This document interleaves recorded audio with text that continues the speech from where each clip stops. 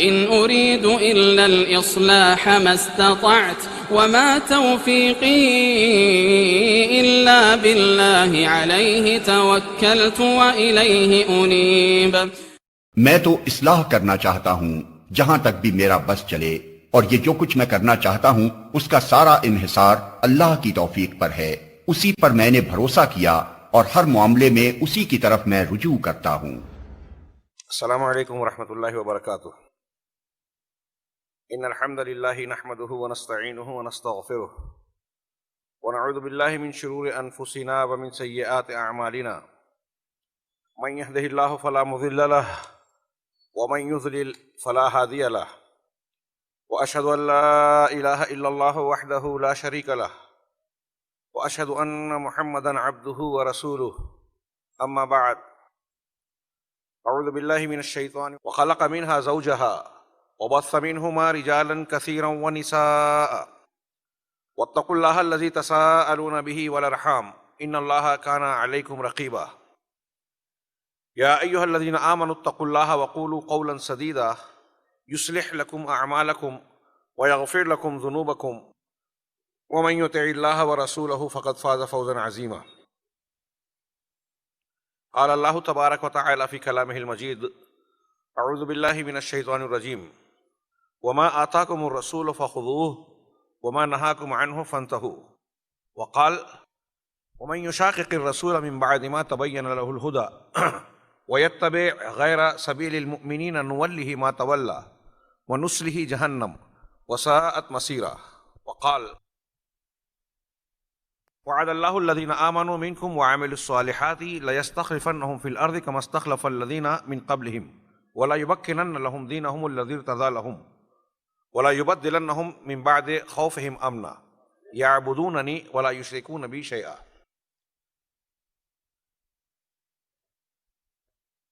اس انتہائی اہم اجلاس کے صدر محترم اور امیر جمعیت اہل حدیث ضلع شولہ پور، منتظمین کرام، علماء اعظام، میرے بزرگوں اور دینی بھائیوں،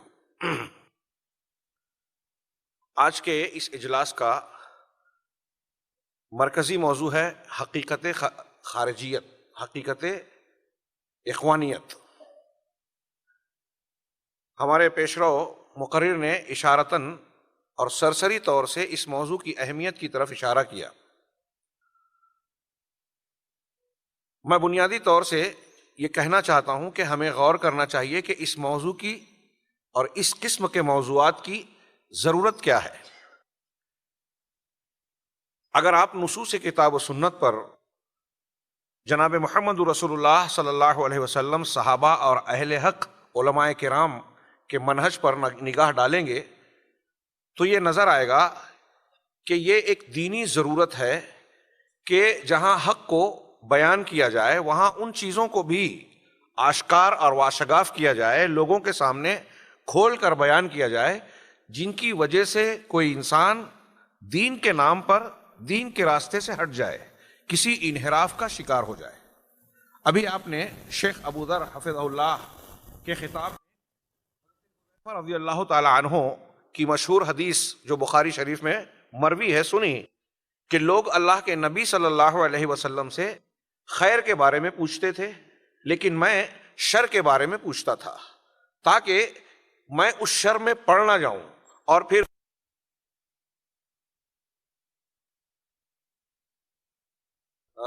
ایک زائد چیز سمجھتا ہوں کہ وہ بات ہو چکی ہے۔ اس پورے روایت کے جو الفاظ اور مضمون ہے اس میں آپ غور کیجئے تو محسوس ہوگا کہ امت مسلمہ کو انتہائی شدید ضرورت ہے کہ وہ شر کو بھی پہچانے، خیر کے بعد آنے والے شر کو پہچانے، دعات علی ابواب جہنم، جہنم کی طرف بلانے والے داعیوں کی شناخت کرے، جو ہماری زبان بولیں گے ہمارے درمیان میں ہوں گے، اور ان کی میٹھی زبان کی وجہ سے بہت سے لوگ دھوکہ کھا سکتے ہیں۔ ان کی معرفت اگر حاصل نہ ہو تو اس امت کے عوام اور بہت سارے خواص بھی ان سے دھوکہ کھا سکتے ہیں، جنہیں نبی پاک صلی اللہ علیہ وسلم نے صاف صاف دعات علی ابواب جہنم کہا۔ جہنم کی طرف بلانے والے داعی ہماری طرح بولیں گے، ہمارے درمیان سے ہوں گے۔ یہ کتنا اہم ہے موضوع، اس کا اندازہ آپ اس بات سے لگا سکتے ہیں کہ اللہ تبارک و تعالیٰ نے جو ہمیں 5 وقت کی نماز ہم پر فرض کی اور ہر نماز کی ہر رکعت میں سورہ فاتحہ پڑھنا لازم قرار دیا، لا صلاۃ لمن لم یقرأ بفاتحۃ الکتاب او لمن لم یقرأ بام الکتاب کما ورد فی الاحادیث، کہ اس شخص کی نماز ہوتی ہی نہیں ہے جس نے ام الکتاب یا فاتحۃ الکتاب کی تلاوت نہیں کی۔ اسے لوگوں نے اختلافی مسئلہ بنا دیا۔ دلائل اس قدر کثرت سے جو موجود ہیں وہ ثابت کرتے ہیں کہ ہر مصلی کو یہ پڑھنا ہی ہے۔ ہر مصلی کی نماز کے قبول ہونے کے لیے ضروری ہے، نماز صحیح ہونے کے لیے ضروری ہے، اور اس نماز کے ساتھ، نماز صحیح ہونے کے ساتھ ساتھ ہر مصلی، ہر مسلمان مرد اور عورت کی یہ دعا ضرورت ہے، سورۃ الفاتحہ ضرورت ہے، اس لیے کہ اس میں اللہ تبارک و تعالیٰ نے ہمیں اور آپ کو تعلیم دی کہ ہر نماز کی ہر رکعت میں دعا کریں، اہدنا الصراط المستقیم صراط الذین انعمت علیہم، پروردگار ہمیں صراط مستقیم پر قائم رکھ، صراط مستقیم کو بتائے رکھ۔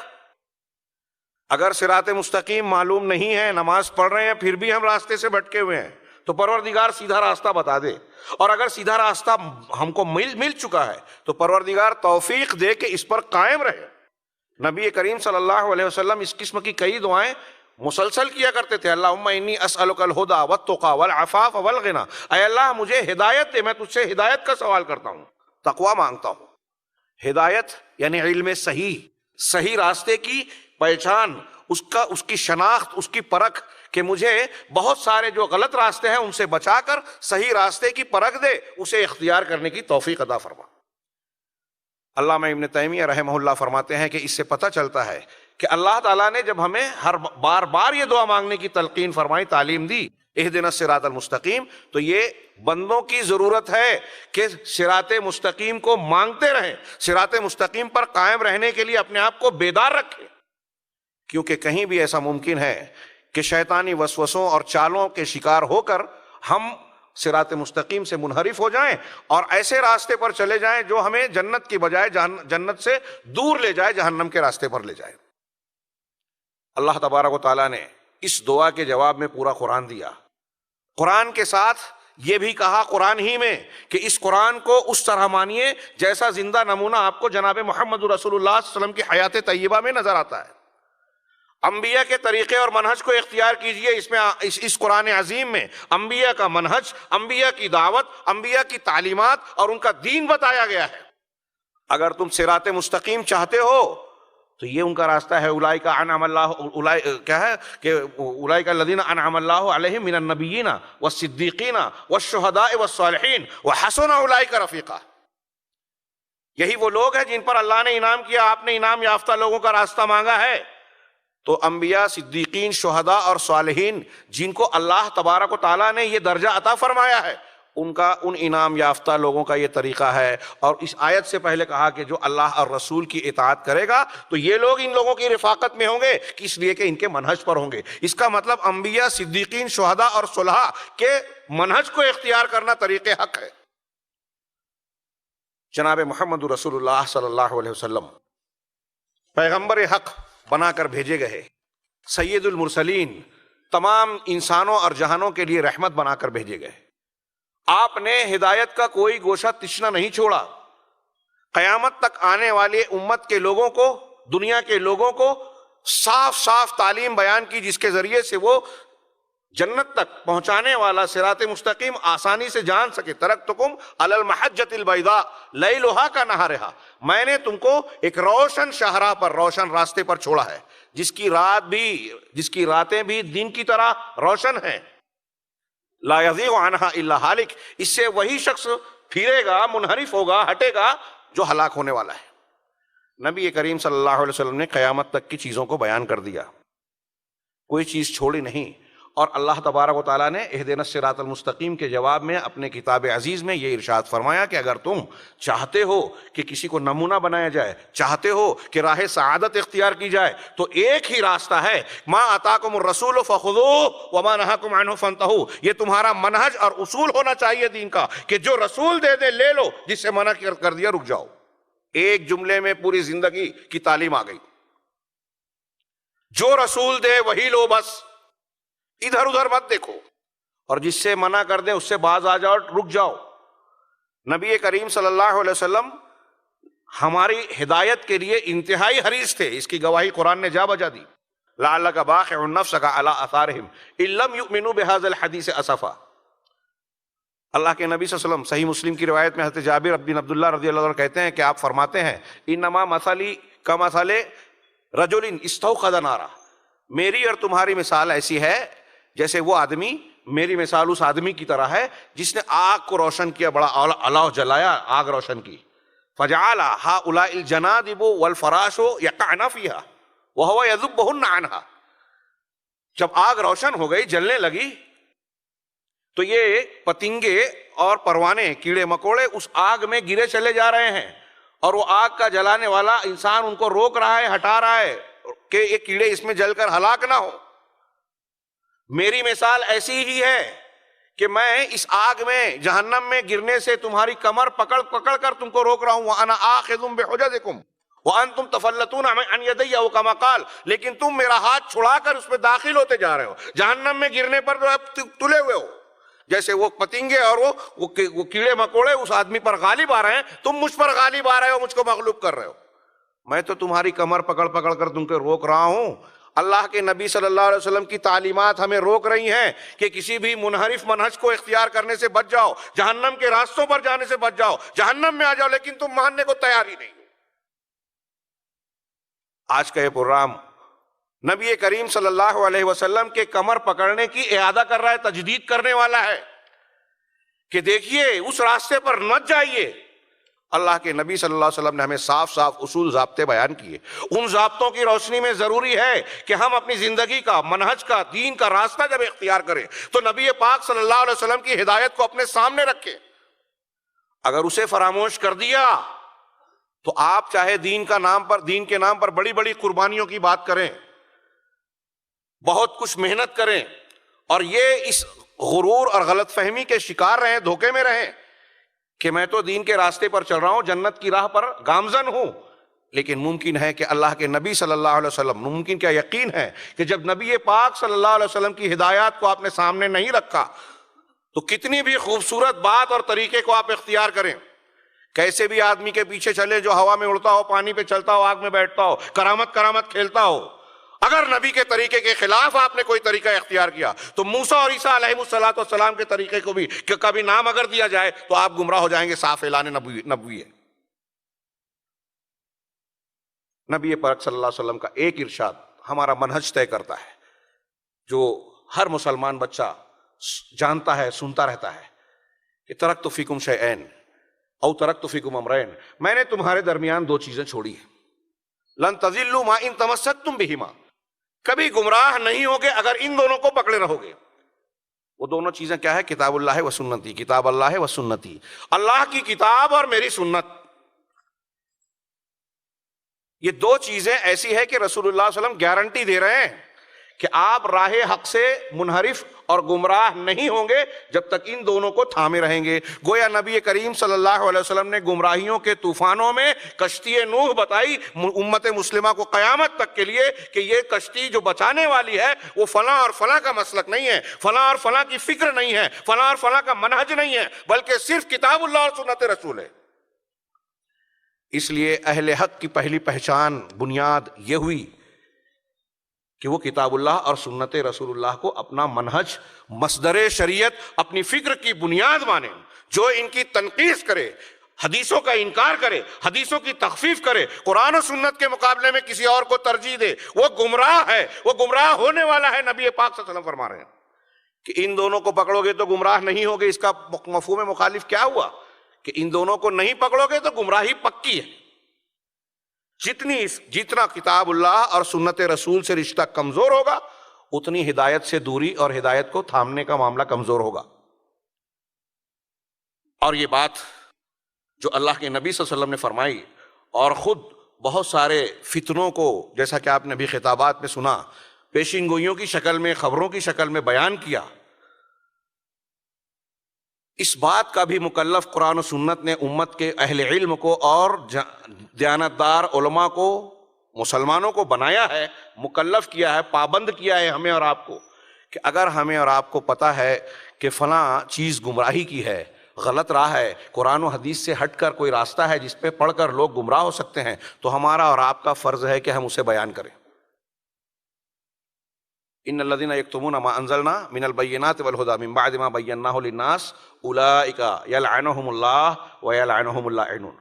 بہت سی دلیلوں میں سے ایک قرآن کی آیت میں نے پڑھی کہ جو لوگ اللہ کی نازل شدہ بینات، واضح دلیلوں اور ہدایت کو، جبکہ اللہ نے اسے نازل کیا ہے لوگوں کی ہدایت کے لیے، لوگوں کو راستہ بتانے کے لیے، اب اسے کوئی جانتا ہے اور جاننے کے بعد اسے چھپاتا ہے، جو لوگ چھپاتے ہیں تو یہ وہ لوگ ہیں۔ اللہ تعالیٰ فرماتا ہے، سورہ بقرہ کی آیت ہے، 2 جگہ یہ ارشاد ہے، یہ وہ لوگ ہیں جن پر اللہ کی لعنت ہے اور فرشتوں کی لعنت ہے اور تمام لعنت کروں کی لعنت ہے۔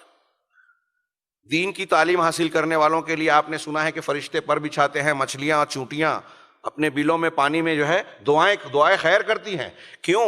اس لیے کہ اللہ تبارک و تعالیٰ نے جس مقصد کے تحت اس کائنات کو بنایا اور جس ہدایت کو آسمان سے نازل کیا، اس کے لیے انبیاء کو مبعوث کیا، اس کی حفاظت کا انتظام کیا، اس کو لوگوں تک پہنچانے کا نظم و ضبط کیا، اسی پروگرام کا حصہ بنتا ہے وہ شخص جو قرآن و حدیث کی تعلیم حاصل کرتا ہے اور لوگوں تک حق پہنچانے کی کوشش کرتا ہے، اس کام پہ لگتا ہے، وہ اللہ کی تخلیق کے کائنات کے مقصد کی تکمیل کا ایک حصہ بنتا ہے۔ اب اس تعلیم کو حاصل کر کے لوگوں کو پہنچانا تمام کائنات کی دعاؤں کا مستحق بناتا ہے۔ تو اس کے برخلاف علامہ ابن کثیر نے یہ تفسیر میں بیان کیا اپنی، اس کے برخلاف جو اللہ کی نازل کی ہوئی ہدایت کو، تعلیمات کو، قرآن و سنت کو چھپاتا ہے، حق کو جان کر بیان نہیں کرتا، اس پر تمام کائنات لعنت بھیجتی ہے، وہ سب کا مجرم بنتا ہے۔ نبی کریم صلی اللہ علیہ وسلم نے ارشاد فرمایا، حضرت عبداللہ بن مسعود کی مسلم شریف میں روایت ہے، ما بن نبی بعثہ اللہ من قبلی، کہ کوئی بھی نبی جس کو اللہ نے مجھ سے پہلے مبعوث کیا، الا کان لہ من امتہ حواریون اصحاب او حواریون، مگر اس کی امت سے کچھ اس کے صحابہ ساتھی ہوتے تھے، حواری ہوتے تھے، یعنی مخلص دوست اور ساتھی ہوتے تھے۔ وہ کیا کرتے تھے؟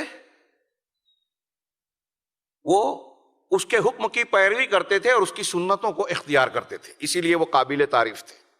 ثم خلف من بعدہم خلوف، پھر اس کے بعد ان کے بعد کچھ برے جانشین ہوئے، یقولون ما لا یفعلون ویفعلون ما لا یؤمرون، وہ کہتے وہ تھے جو کرتے نہیں تھے، اور کرتے وہ ہیں جو کہتے نہیں۔ یقولون ما لا یفعلون، کہتے وہ ہیں جو کرتے نہیں، ویفعلون ما لا یؤمرون، اور کرتے وہ ہیں جس کا حکم نہیں دیا گیا۔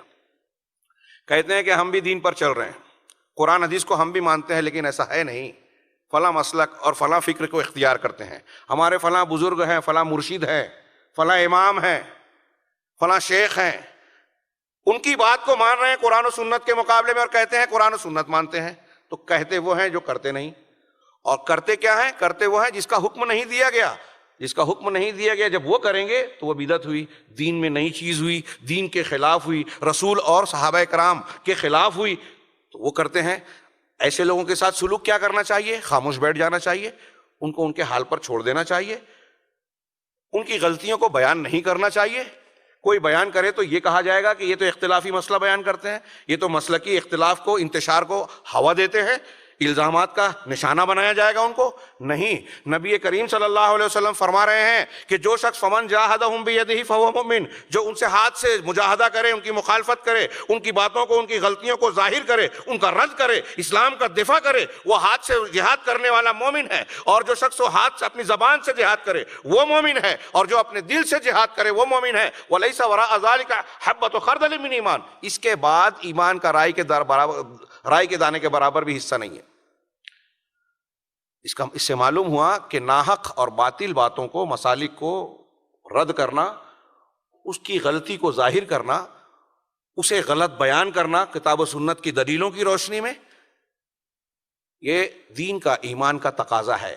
اگر آدمی یہ کام نہیں کرتا ہے، اس سے جی چھڑاتا ہے، اسے جھنجھٹ سمجھتا ہے، پھٹے میں ٹانگ اڑانا ڈالتا سمجھتا ہے، اختلافی مسائل کو بیان کرنا کہتا ہے کہ اس کو الجھایا جا رہا ہے امت کو، تو یہ دین اور ایمان کے، اللہ کے رسول صلی اللہ علیہ وسلم کی تعلیمات کے خلاف ہے۔ اور اگر امت مسلمہ کے اہل حق علماء کرام اس فریضے کو انجام نہ دیے ہوتے تو اس امت کا حق بھی کتاب و سنت کی صاف شفاف تعلیمات بھی پچھلی امتوں کی طرح گم ہو چکی ہوتی، حق اور باطل خلط ملط ہو چکا ہوتا۔ علماء سلف و خلف کی تاریخ بھری پڑی ہے قربانیوں سے کہ جب کسی باطل نے سر اٹھایا تو اہل حق علماء کرام اس کے سامنے کھڑے ہو گئے، اس کا رد کیا اور ہر قسم کی قربانیاں دیں، دین حق کی حفاظت کی۔ یہی وجہ ہے ان کی قربانیوں کے نتیجے میں دین حق آج تک زندہ ہے اور انشاءاللہ قیامت تک زندہ رہے گا، انشاءاللہ یقیناً اللہ کا وعدہ ہے۔ اس بنیاد پر یہ ضروری ہے کہ ہم جانیں کہ سچائی کیا ہے، غلط کیا ہے۔ ابھی آپ نے پہلے خطاب میں صفات فرمایا، رسول اللہ صلی اللہ علیہ وسلم کی وہ مشہور حدیث جس میں آپ نے ارشاد فرمایا کہ میری امت کے 73 فرقے ہوں گے۔ پچھلی امتوں میں یہود و نصارہ میں 71 72 ہوئے، میری امت کے 73 فرقے ہوں گے۔ ستفترق امتی الی 73 فرقہ کلہم فی النار، ان میں سے ہر ایک جہنم میں ہوں گے۔ کوئی جو شرک اکبر، کفر اکبر، نفاق اکبر کا شکار ہوگا تو وہ ہمیشہ ہوگا جہنم میں، اور جو چھوٹے شرک، چھوٹے کفر، چھوٹی گمراہی کا شکار ہوگا تو وہ جہنم کا مستحق ہے، اللہ کی مشیت پر ہوگا، جہنم میں جائے اور ہو سکتا ہے نکالا جائے۔ درجات ہوں گے جیسے کہ اہل معاصی کے ہوتے ہیں، یہ بات اہل علم جانتے ہیں۔ سب جہنمی الا واحدہ، سوائے ایک کے۔ بعض روایتیں فرمایا وہی الجماعہ، وہی الجماعت ہے، اور دوسری روایتیں بیان فرمایا ان کی نشانی کیا ہے، ان کی پہچان کیا ہے، ایک جملے میں۔ اور اگر اس جملے کو ہم اور آپ اچھی طرح سمجھ جائیں تو نئے نئے فتنوں، بدعتوں، افکار و نظریات، دین حق سے ہٹ کر دوسری چیزیں جو بھی پائی جاتی ہیں یا پیدا ہوتی ہیں یا ہو رہی ہیں اور ہوں گی، ان سے آدمی بچ جائے گا۔ نبی کریم صلی اللہ علیہ وسلم نے اتنا آسان نسخہ بتایا، آسان پہچان بتائی کہ وہ جماعت وہ ہے کہ ما انا علیہ و اصحابی، بعض روایتوں میں الیوم کا اضافہ ہے کہ آج جس پر میں ہوں اور میرے صحابہ ہیں، جس پر میں ہوں یعنی رسول اللہ صلی اللہ علیہ وسلم جس موقف پر، جس منہج پر، جس دین پر ہیں، اور اس کے بعد صحابہ کرام جس دین اور منہج پر ہیں، اس طریقے کو اختیار کرنے والا صحیح فرقہ، صحیح جماعت، اور وہ ہے الجماعہ، وہ فرقہ نہیں ہے، وہ الجماعت ہے۔ جس پر آپ ہیں وہ سنت ہے، جس پر صحابہ ہیں وہ الجماعت کا طریقہ ہے۔ اہل السنہ والجماعہ کہتے ہیں، اسی سے اصطلاح نکلی۔ جب آپ نے یہ ارشاد فرمایا اور یہ حدیث ہم جانتے ہیں اور ہمیں اس بات کو نبی کریم صلی اللہ علیہ وسلم نے یہ بات بیان کی اس حدیث میں بھی اور اس حدیث میں بھی کہ من یعش منکم بعدی فسیری اختلافا کثیرا، جو میرے بعد زندہ رہے گا بہت سے اختلافات دیکھے گا۔ وہاں بھی آپ نے یہ تو بتایا کہ اختلاف دیکھے گا، تو طریقہ یہ نہیں بتایا کہ کسی بھی مسلک کو سمجھ میں آ جائے مان لینا، ہر مسلک کو صحیح سمجھنا، اختلافات میں نہیں پڑھنا، نہیں، طریقہ بتایا فعلیکم بسنتی، میری سنت کو لازم پکڑنا اور میرے خلفائے راشدین کی سنت کو۔ اور آگے ارشاد فرمایا کہ نئے نئے امور سے بچنا، وَإِيَّاكُمْ وَمُحْدَثَاتِ الْأُمُورِ، ایک دم صاف، یہ دوسری والی حدیث میں کہ نئی نئی باتیں جو دین میں آتی ہے، نئے نئی جماعتیں پیدا ہو رہی ہیں، فرقے بن رہے ہیں، نظریات اور افکار پیدا ہو رہے ہیں، اس کے پیچھے نہیں بھاگنا۔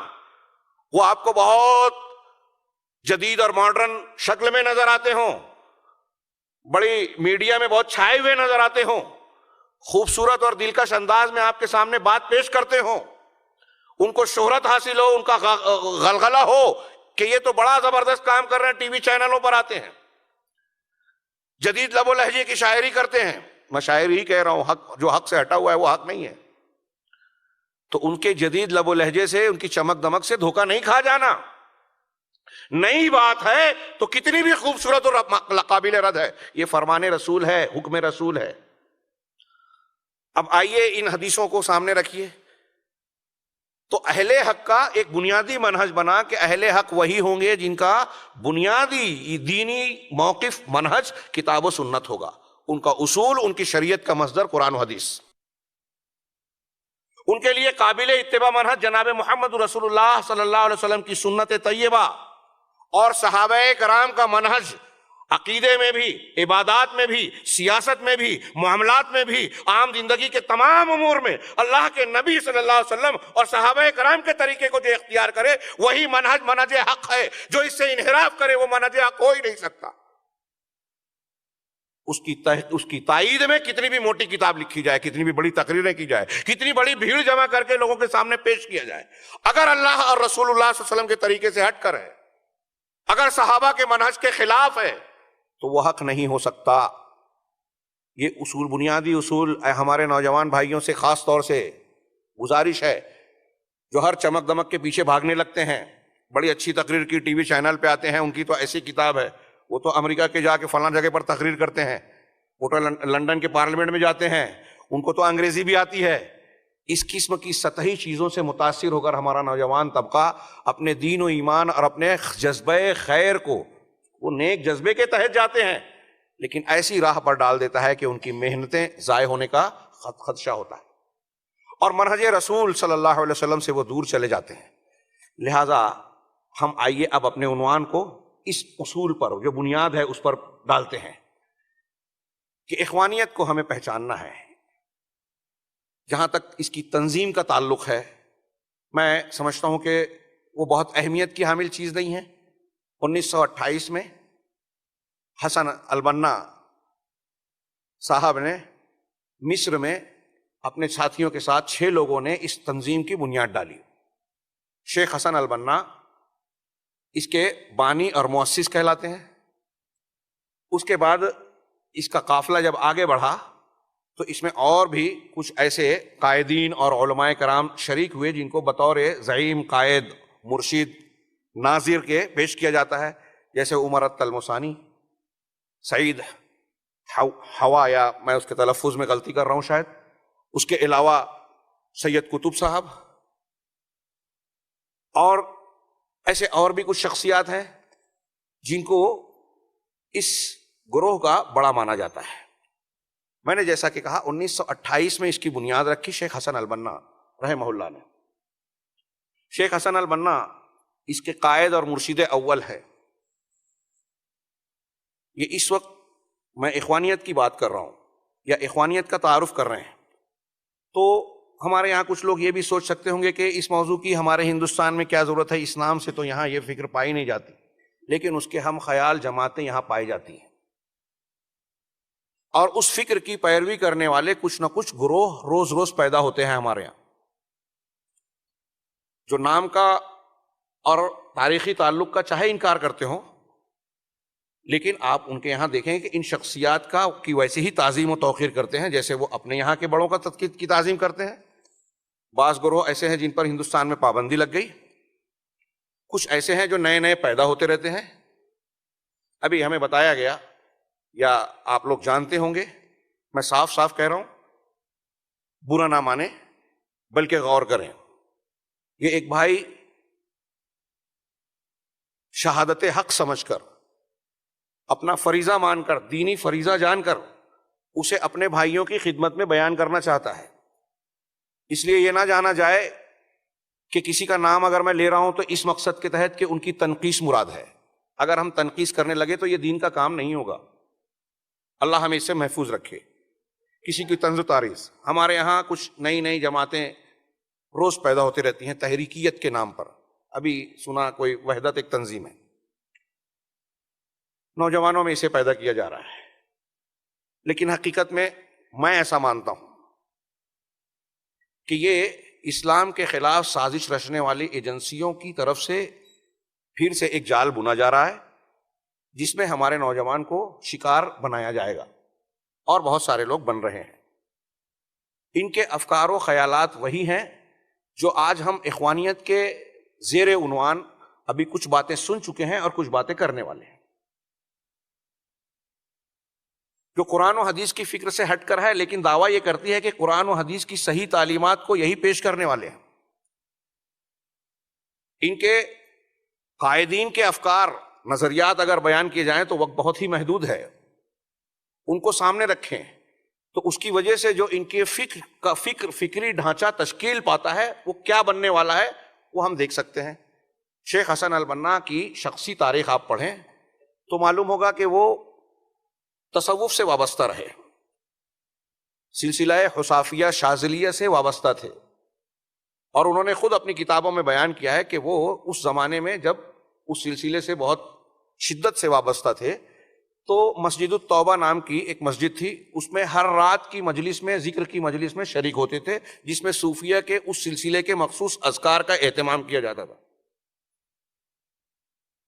ان کے یہاں قبروں پر حاضری بھی ہوتی تھی، اگرچہ وہ اپنے بعض بیانات میں توسل وغیرہ کے تعلق سے اپنی ناپسندیدگی کا اور گناہ ہونے کا ذکر کرتے ہیں شخصی طور پر، لیکن اسے بہت بڑا گناہ، کبیرہ گناہ، بعض شرک اکبر کو وہ کبیرہ گناہ کہتے ہیں۔ میرے سامنے یہ کتابیں موجود ہیں حوالوں کے ساتھ، ان کی خود کی عبارتیں، ان کے ماننے والوں کی، ان کے سگے بھائی کی عبارتیں موجود ہیں، جس میں نعتیہ کلام میں شرک پیش کیا گیا، وحدت الوجود کے عقیدے کو ذکر کیا گیا۔ خود عمر التلمسانی جو دوسرے ان کے بڑے ایک مرشد مانے جاتے ہیں، وہ وحدت الوجود کے ماننے والے تھے۔ سعید ہوا یا سعید حوی جو بھی اس کا تلفظ ہو، وہ بھی اسی فکر کے اور اس راستے پر چلنے والے تھے۔ شیخ حسن البنا، ان کا جہاں تصوف سے تعلق تھا، وہاں جب یہ آگے چلے تو انہوں نے جس تنظیم کی بنیاد ڈالی اخوان المسلمین، اس کا بنیادی مقصد یا اس کی فکر کیا تھی، اس کو اگر میں خطاب کی شکل میں یوں ہی تفصیل سے بیان کروں تو بات پھیلتی جائے گی اور مرکوز سمٹ نہ پائے گی۔ لہٰذا میں نے یہ اس کتاب کے کچھ ایک حصے کو، جو اس کتاب کے بعض نکات کو جو انہوں نے اختصار کے ساتھ نقل کیا ہے، وہ پیش کرنا چاہتا ہوں، اور یہ بیان کرنا چاہتا ہوں کہ ان نکات کی روشنی میں آپ مزید مطالعہ کریں، خاص طور سے نوجوان جنہیں اخوانیت کی مختلف شکلیں جو ہمارے ملک میں ہیں اور اس سے فریفتگی پیدا ہوتی ہے، اور یہ محسوس ہوتا ہے کہ یہ بڑی اچھی دعوت ہے، یہ اچھی فکر ہے، اچھی تحریک ہے، دین کا صحیح کام ہے۔ وہ دیکھیں کہ یہ اخوانیت اور اس اخوانیت سے متاثر جتنی بھی تحریکیں ہیں، ان کے اندر یہ چیزیں قدر مشترک کے طور پر پائی جاتی ہیں، اور پورا عالم اسلام آج اس کی نحوست سے، اس کے نقصانات سے دوچار ہے۔ ہم یہ کہتے ہیں، ابھی کسی نے کہا کہ امت مسلمہ جن حالات سے دوچار ہے، اس قسم کے موضوعات پر لوگ سوال اٹھاتے ہیں کہ بھئی اختلافی موضوعات کیوں اٹھا رہے ہیں، ایسے جس سے ہمارے درمیان میں کچھ انتشار کا ماحول بنے۔ حقیقت میں یہ ہے کہ ہمارے درمیان کے اس انتشار کے اور فکر کے اختلاف کو جنہیں ہم اور آپ نہیں سمجھ رہے ہیں، ہمارے نوجوان جس کو نہیں سمجھ رہے ہیں، امریکہ، اسرائیل، برطانیہ، ان کی خفیہ ایجنسیاں ہم سے بہتر اسٹڈی کر کے بیٹھی ہوئی ہے، اور وہ یہ جانتی ہے کہ اس میں سے کون ہمارے کام کا ہے، کون ہمارا مخالف ہے، کس کو نشانہ بنانا ہے اور کس کو اعلی کار بنانا ہے۔ معاف کیجئے گا، پوری دنیا میں تحریکیت عالم کفر کے ہاتھ میں اسلام کے خلاف اعلی کار کا کام کر رہی ہے، ان کا ذریعہ اور وسیلہ بن رہی ہے، وہ چاہے شعور رکھتے ہوں یا لاشعوری میں کر رہے ہوں۔ ان کی قیادتوں کو اس کا شعور چاہے ہوگا، وہ اس لیے کہ اہل حق علماء کرام کی وہ مذمت جب کرتے ہیں، ان کی کتابوں کو مارکیٹ سے غائب کرتے ہیں، تو یہ محسوس ہوتا ہے کہ وہ یہ جانتے ہیں کہ ان کتابوں اور حقائق کے سامنے آنے پر عوام ہم سے دور ہو جائیں گے، اس لیے ان کو سامنے آنے نہ دیا جائے، علماء کو مجروح کیا جائے، علماء سے لوگوں کو دور کیا جائے، کہ علماء حق سے اگر لوگ قریب ہوں گے تو سچائیاں جانیں گے، حقیقتوں سے واقف ہوں گے، ہمارا اصلی چہرہ ان کے سامنے آئے گا اور لوگ ہم سے نفرت کرنے لگیں گے۔ یہ باطل کا طریقہ ہوتا ہے۔ اخوانیت کی فکر میں جو تحریکی فکر ہے، دیکھیے اس میں چند نکات جو انہوں نے پیش کیا ہے۔ شیخ احمد بن یحییٰ النجیمی، ان کی کتاب ہے المورد العذب الزلال، یہ وہ کتاب ہے، اس میں جدید دور کی 2-3 تنظیموں سے متعلق بات ہے، اور ایک مسئلہ، ایک بات جو ہے وہ اخوانیت سے بھی متعلق ہے۔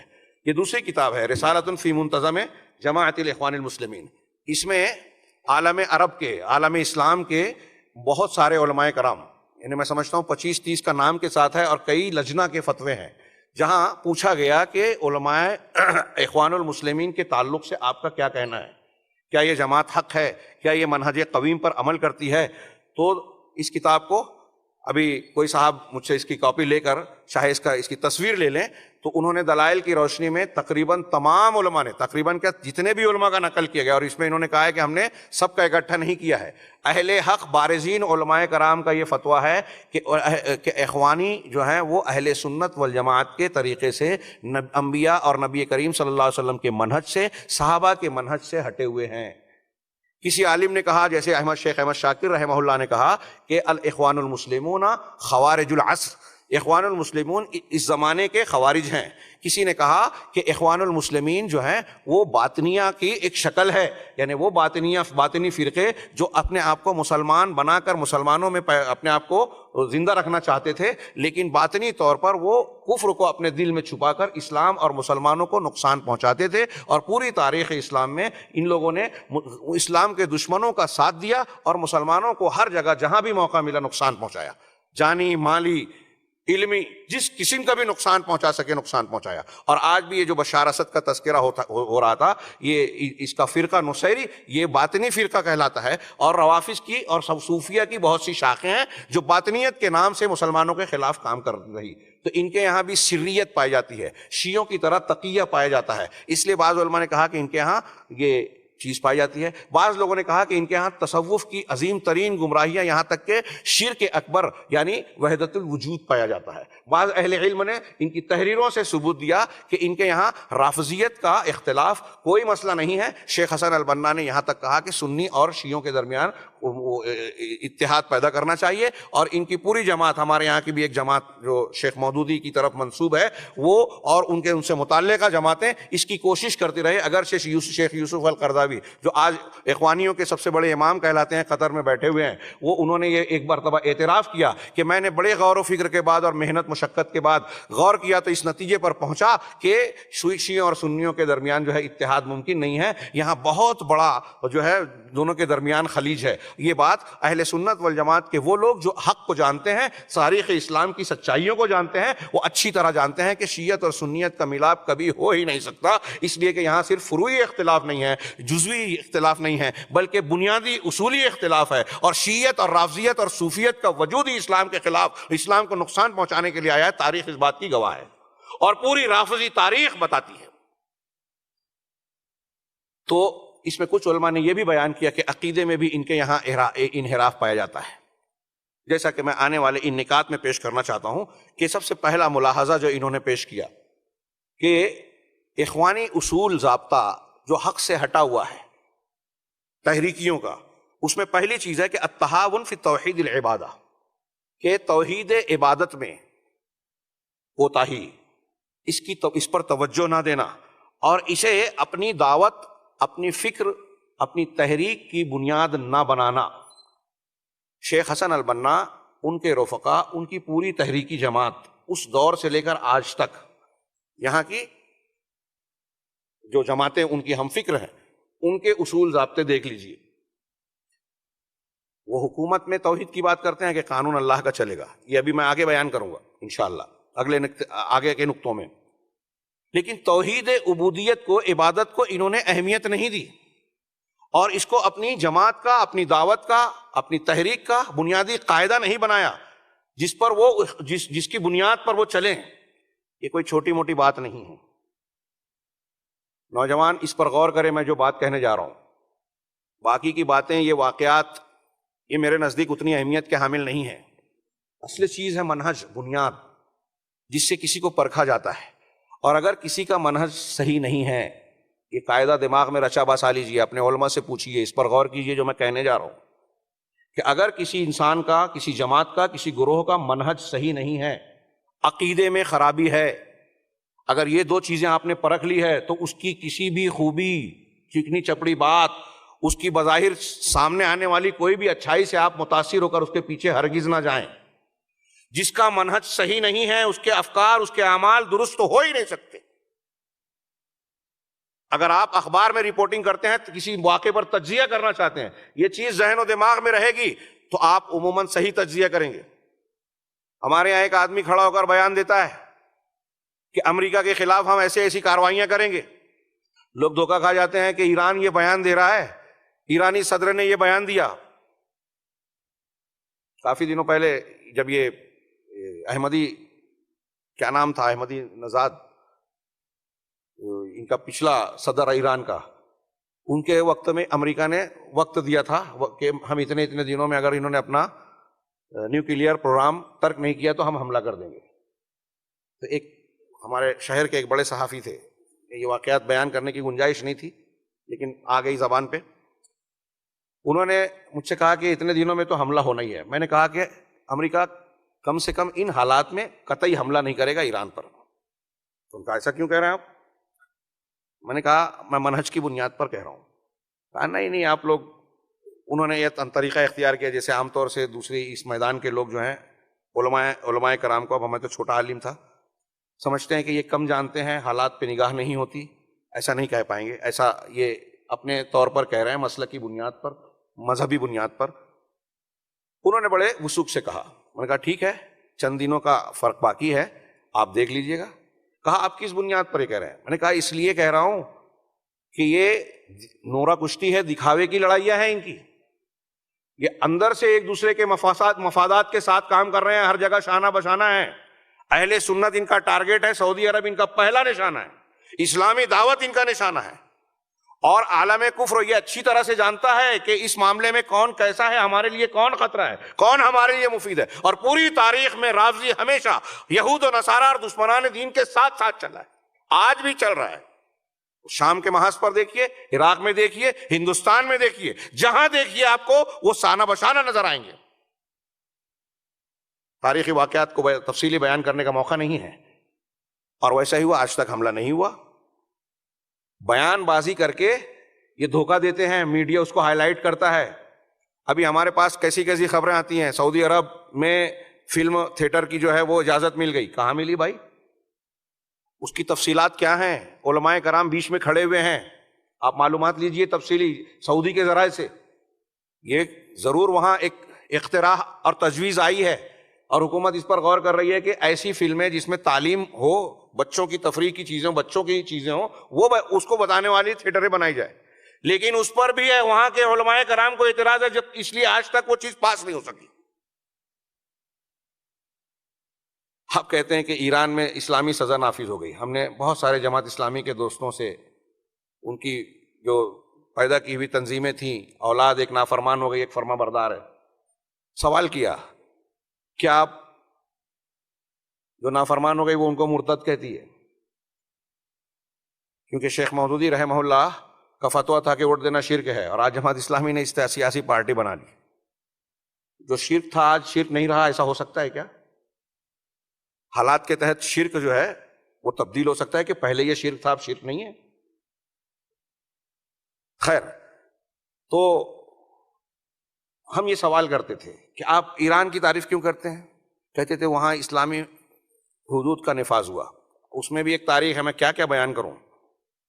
یہ ان کا جو خمینی کا دور آیا، جماعت اسلامی ہو، ان کے جو موافقین ہیں یا اخوانی ہیں، ایران کی خمینی کی بڑی تعریف بیان کرتے ہیں۔ شیخ مودودی نے تو اس کے پیچھے نماز بھی پڑھی۔ ابھی اس کو یہ فروعی بات کہیں گے، یہ خود ان کی ایک بہت بڑی منہجی غلطی ہے۔ خمینی نے ایرانی انقلاب میں کوئی خاص کردار ادا نہیں کیا تھا۔ شاہ ایران کا، اس کے بعد دوسرے کا جو تختہ پلٹا، اس میں اصل محرک وہاں کے حالات تھے، خود ان کی غلطیاں تھیں، اور امریکہ کی جو ہے امریکہ اور یورپ کی پروگرامنگ تھی۔ خصوصی طیارہ جس نے خمینی کو ایران پہنچایا تھا، اس کے بعد جو جیلا وطنی کی زندگی فرانس میں گزار رہے تھے، وہاں سے خاص طیارے میں آئے، اس میں کوئی کمال نہیں تھا۔ یہ ان کی تعریف میں رطب اللسان شیخ مودودی نے کہہ دیا کہ خمینی کا انقلاب میرے دل کی دھڑکن ہے۔ جماعت اسلامی آج تک اس کو پکڑ کے رکھی، اور رافضیت کی تاریخ سے آنکھ بند کر لیا، ان کی اسلام دشمنی سے آنکھ بند کر لیا۔ شام میں قتل عام کر رہے ہیں وہ، اس سے آنکھ بند کر لیا۔ سعودی کے خلاف جو حرکتیں کر رہے ہیں، حج کے ایام میں جو مختلف قسم کی بدماشیاں کی، بم دھماکے کی کوششیں کی، اس سے آنکھیں بند کر لی۔ حوثیوں کے ذریعے سے یمن کی ایک جائز حکومت کے خلاف طاقت کھڑی کر کے وہاں کے سنیوں کو، معصوم لوگوں کو قتل کروایا اور کروا رہے ہیں۔ ایران سے چارٹر پلینز کے ذریعے سے وہاں ہتھیار فراہم کیے جا رہے ہیں، اس سے آنکھیں بند کر لی۔ سعودی عرب میں نمیر النمیر کو قتل کی سزا دی گئی، شور ہنگامہ مچا دیا۔ اس کو کیوں سزا دی گئی اس سے مطلب نہیں ہے، اس نے کئی لوگوں کو وہاں قتل کیا تھا، وہاں سازش کی کوششیں کی تھی۔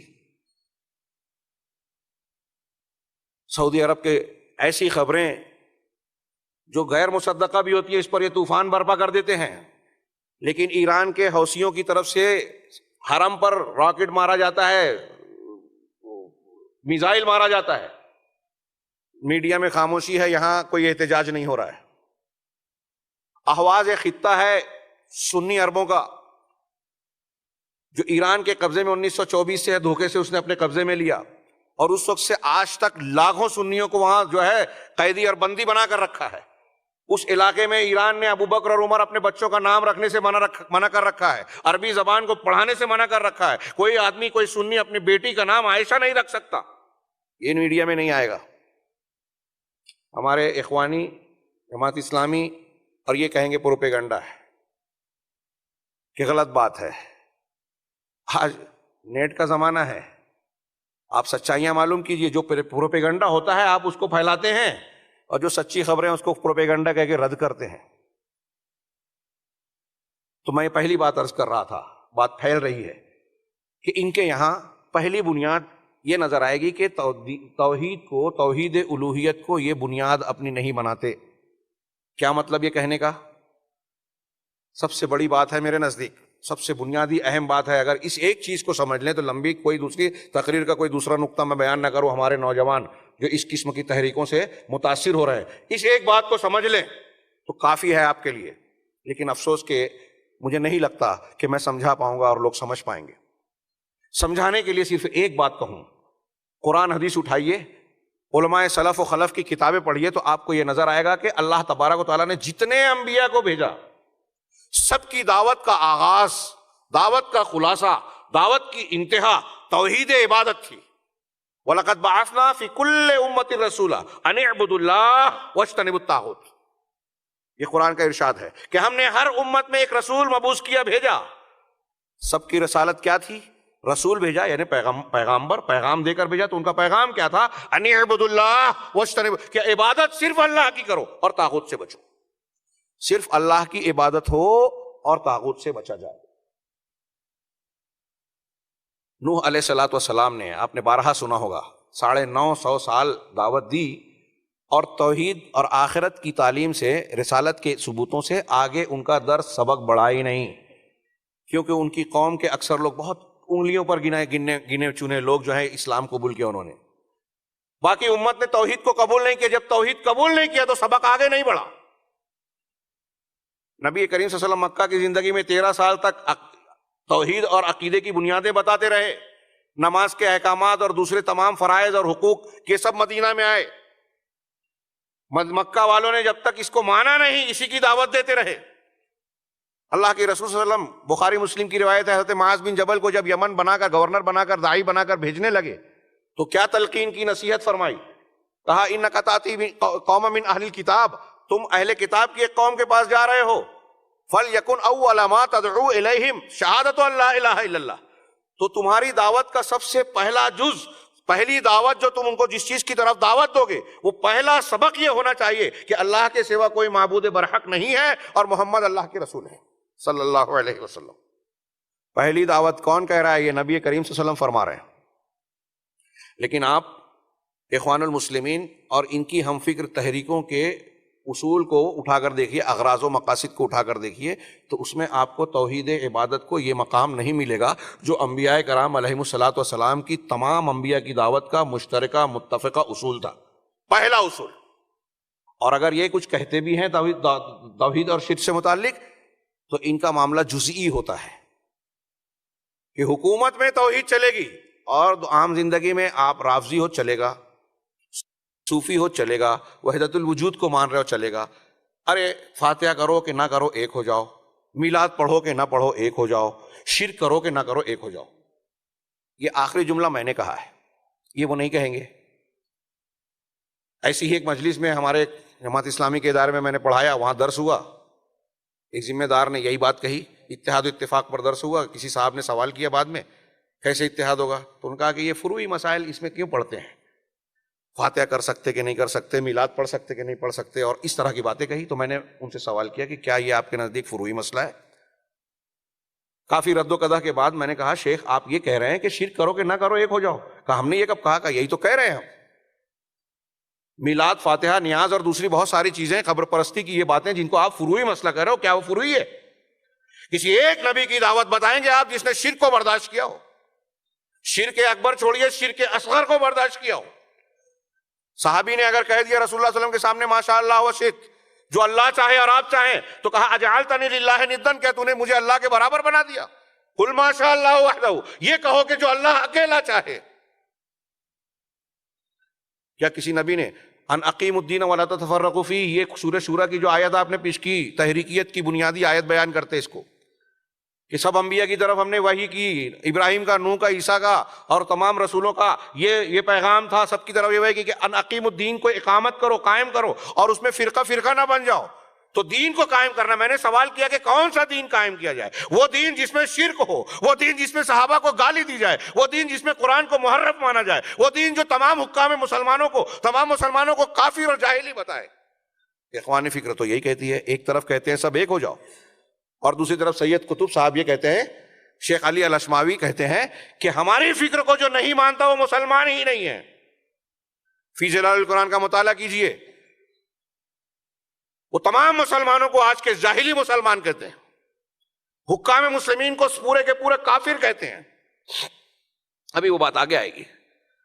تو ایک طرف یہ افراط و تفریط پائی جاتی ہے، ایک طرف خارجیت اور ایک طرف صوفیت، کہ رام اور رحیم ایک ہی ہیں. یہی تو فکر آپ کہہ رہے ہیں. گائے بھی گابن، بیل بھی گابن، یہ بھی صحیح اور یہ بھی صحیح، سب چلیں گے.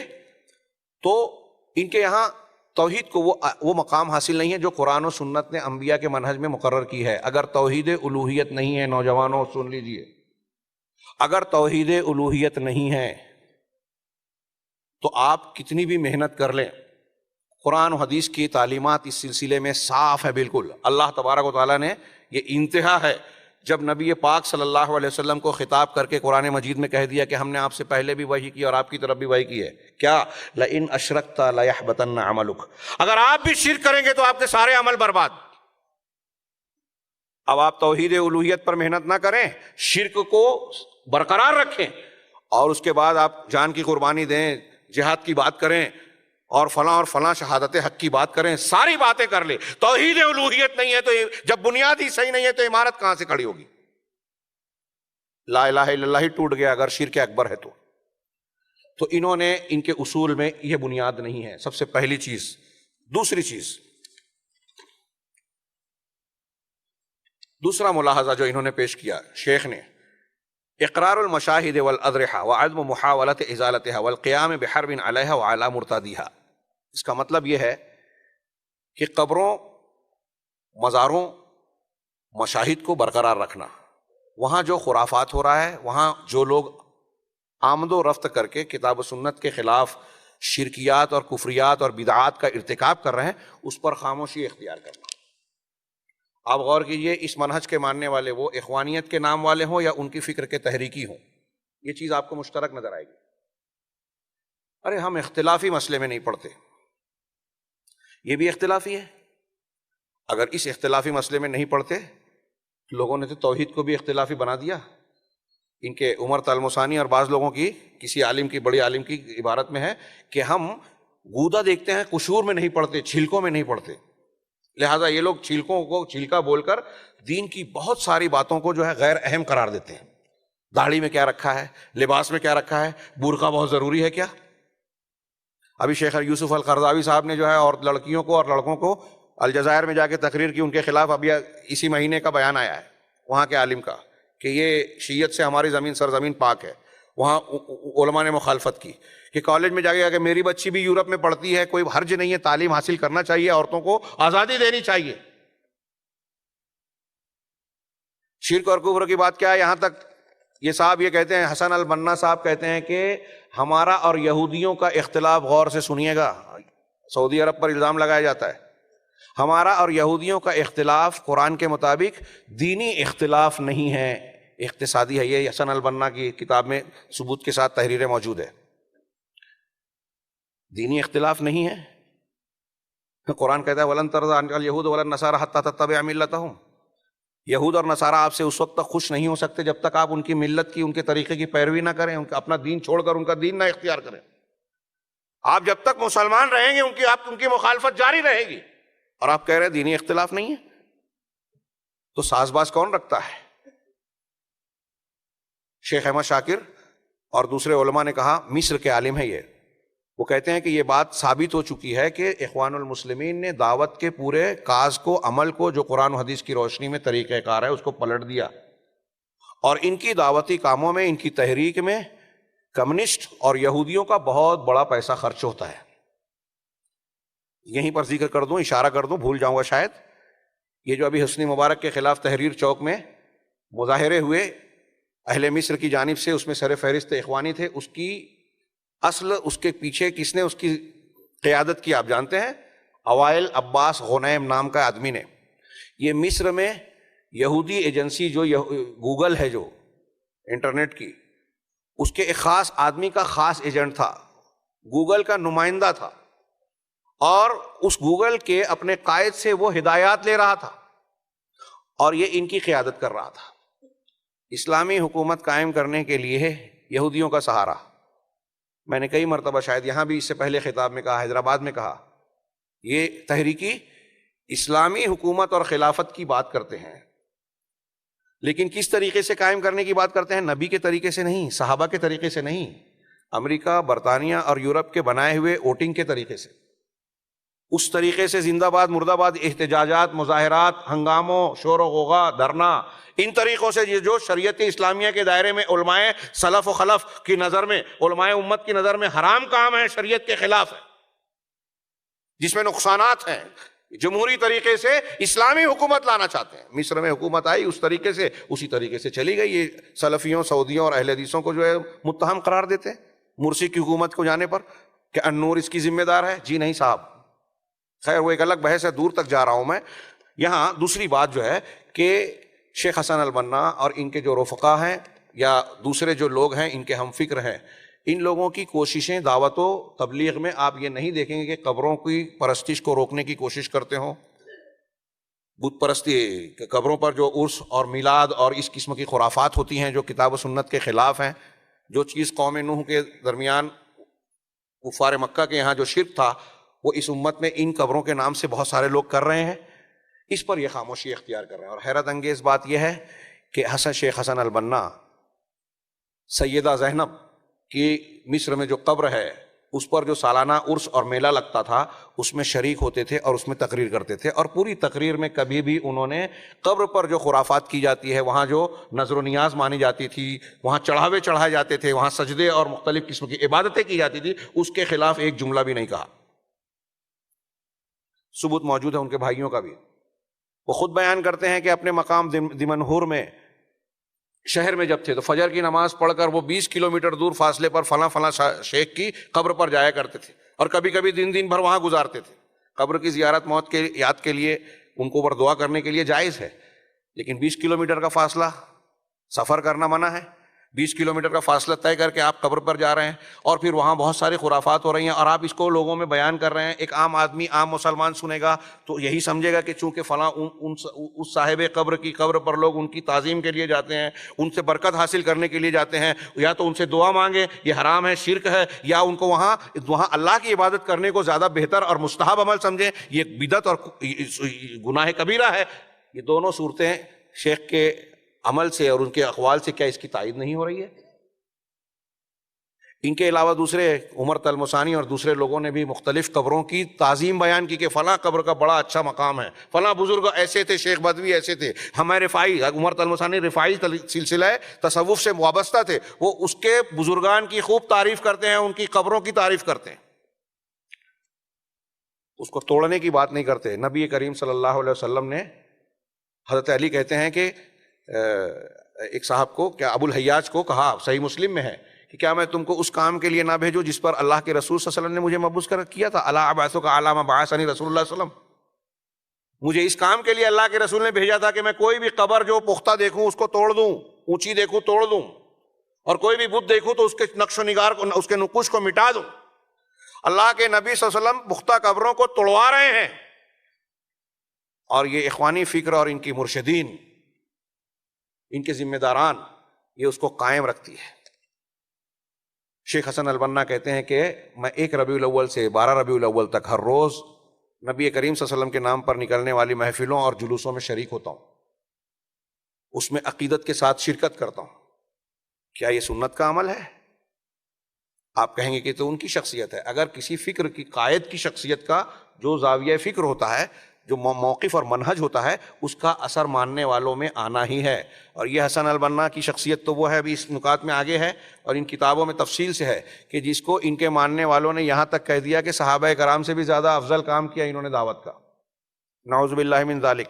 صحابہ پر تفضیل اور ترجیح دی ان کو مقام و مرتبے میں، اور شیخ احمدین ازہر میں اخوانیوں سے بحث کرتے ہوئے جب انہوں نے یہ کہا کہ کیا کوئی صحابی کو آپ مثال میں پیش کرتے ہیں جنہوں نے حسن البنا کی طرح کام کیا ہو، تو شیخ احمدین اس پر سخت ناراض ہوئے اور ان کو بہت سخت جملوں سے نوازا کہ تم صحابہ کرام اور ان کا موازنہ کرتے ہو۔ اس پر یوسف القرضاوی صاحب یہ دفاع کرتے ہوئے کہتے ہیں کہ ارے شیخ حسن البنا، شیخ احمدین بلا وجہ حسن البنا کے ماننے والے ایک شخصیت پر جو ان کے معتقد ہیں ان پر برہم ہوئے جا رہے ہیں، یہ تو اس کا ذاتی خیال ہے، ایک شخص کی اپنی رائے کی بنیاد پر آپ کیوں اس کو ٹوک رہے ہیں، بول رہے ہیں۔ یہ کون کہہ رہا ہے؟ یوسف القرضاوی جو آج کے امیر المومنین ہیں اخوانیوں کے، تحریکیوں کے۔ تو کیا یہ رائے کی بات ہے؟ اس پر علماء نے نکیر کی اور کہا کہ شیخ القرضاوی کو اتنا بھی نہیں معلوم کہ صحابہ کرام کو امت کا سب سے افضل گروہ ماننا یہ ہماری رائے کا معاملہ نہیں ہے۔ قرآن و سنت اور اجماع سلف صالحین سے یہ بات ثابت ہے، یہ عقیدے کا حصہ ہے کہ صحابہ سب سے افضل ہے۔ خیر الناس قرنی ثم الذین یلونہم ثم الذین یلونہم، اللہ کے رسول کا فرمان ہے، سب سے بہترین لوگ میرے زمانے کے ہیں۔ اللہ کے رسول صلی اللہ علیہ وسلم، اللہ تبارک تعالیٰ نے قرآن میں کتنی جگہ پر تعریفیں کی، والسابقون الاولون من المہاجرین والانصار والذین اتبعوہم من المہاجرین والانصار والذین اتبعوہم بإحسان رضی اللہ عنہم، اللہ ان سے راضی ہوا، وہ اللہ سے۔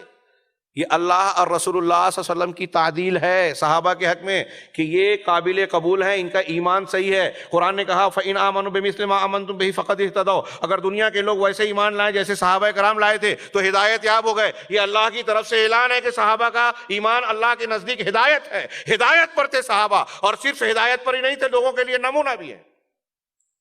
ہمارے ایمان کا معیار اس کسوٹی پر پرکھا جائے گا، یہ اللہ کی تعدیل ہے۔ کیا اللہ تبارک تعالیٰ نے شیخ حسن البنا یا بعد کے لوگوں کو ایسا کہا؟ ہمارے اسلاف میں ایسے موٹی کتاب چھپ جائے گی صحابہ کی فضیلت میں، بیان کرتے ہیں جو اقوال ہیں۔ اہل علم نے کہا کہ اگر شیخ حماد بن سلمہ سے کسی نے پوچھا کہ حضرت امیر معاویہ زیادہ افضل ہے یا عمر بن عبدالعزیز، امیر معاویہ رضی اللہ عنہ صحابی رسول، کاتب وحی، جن کی یہ جو ہے اخوانی فکر جن کی تحقیر کرتی ہے، تنقیص کرتی ہے، جو کسی طرح بھی صحیح نہیں ہے، یہ خود ایک ان کا انحراف ہے، منہج سے ہٹا ہوا ہونے کا ثبوت ہے، اہل سنت کے عقیدے سے ہٹے ہونے کا ایک نقطہ ہے۔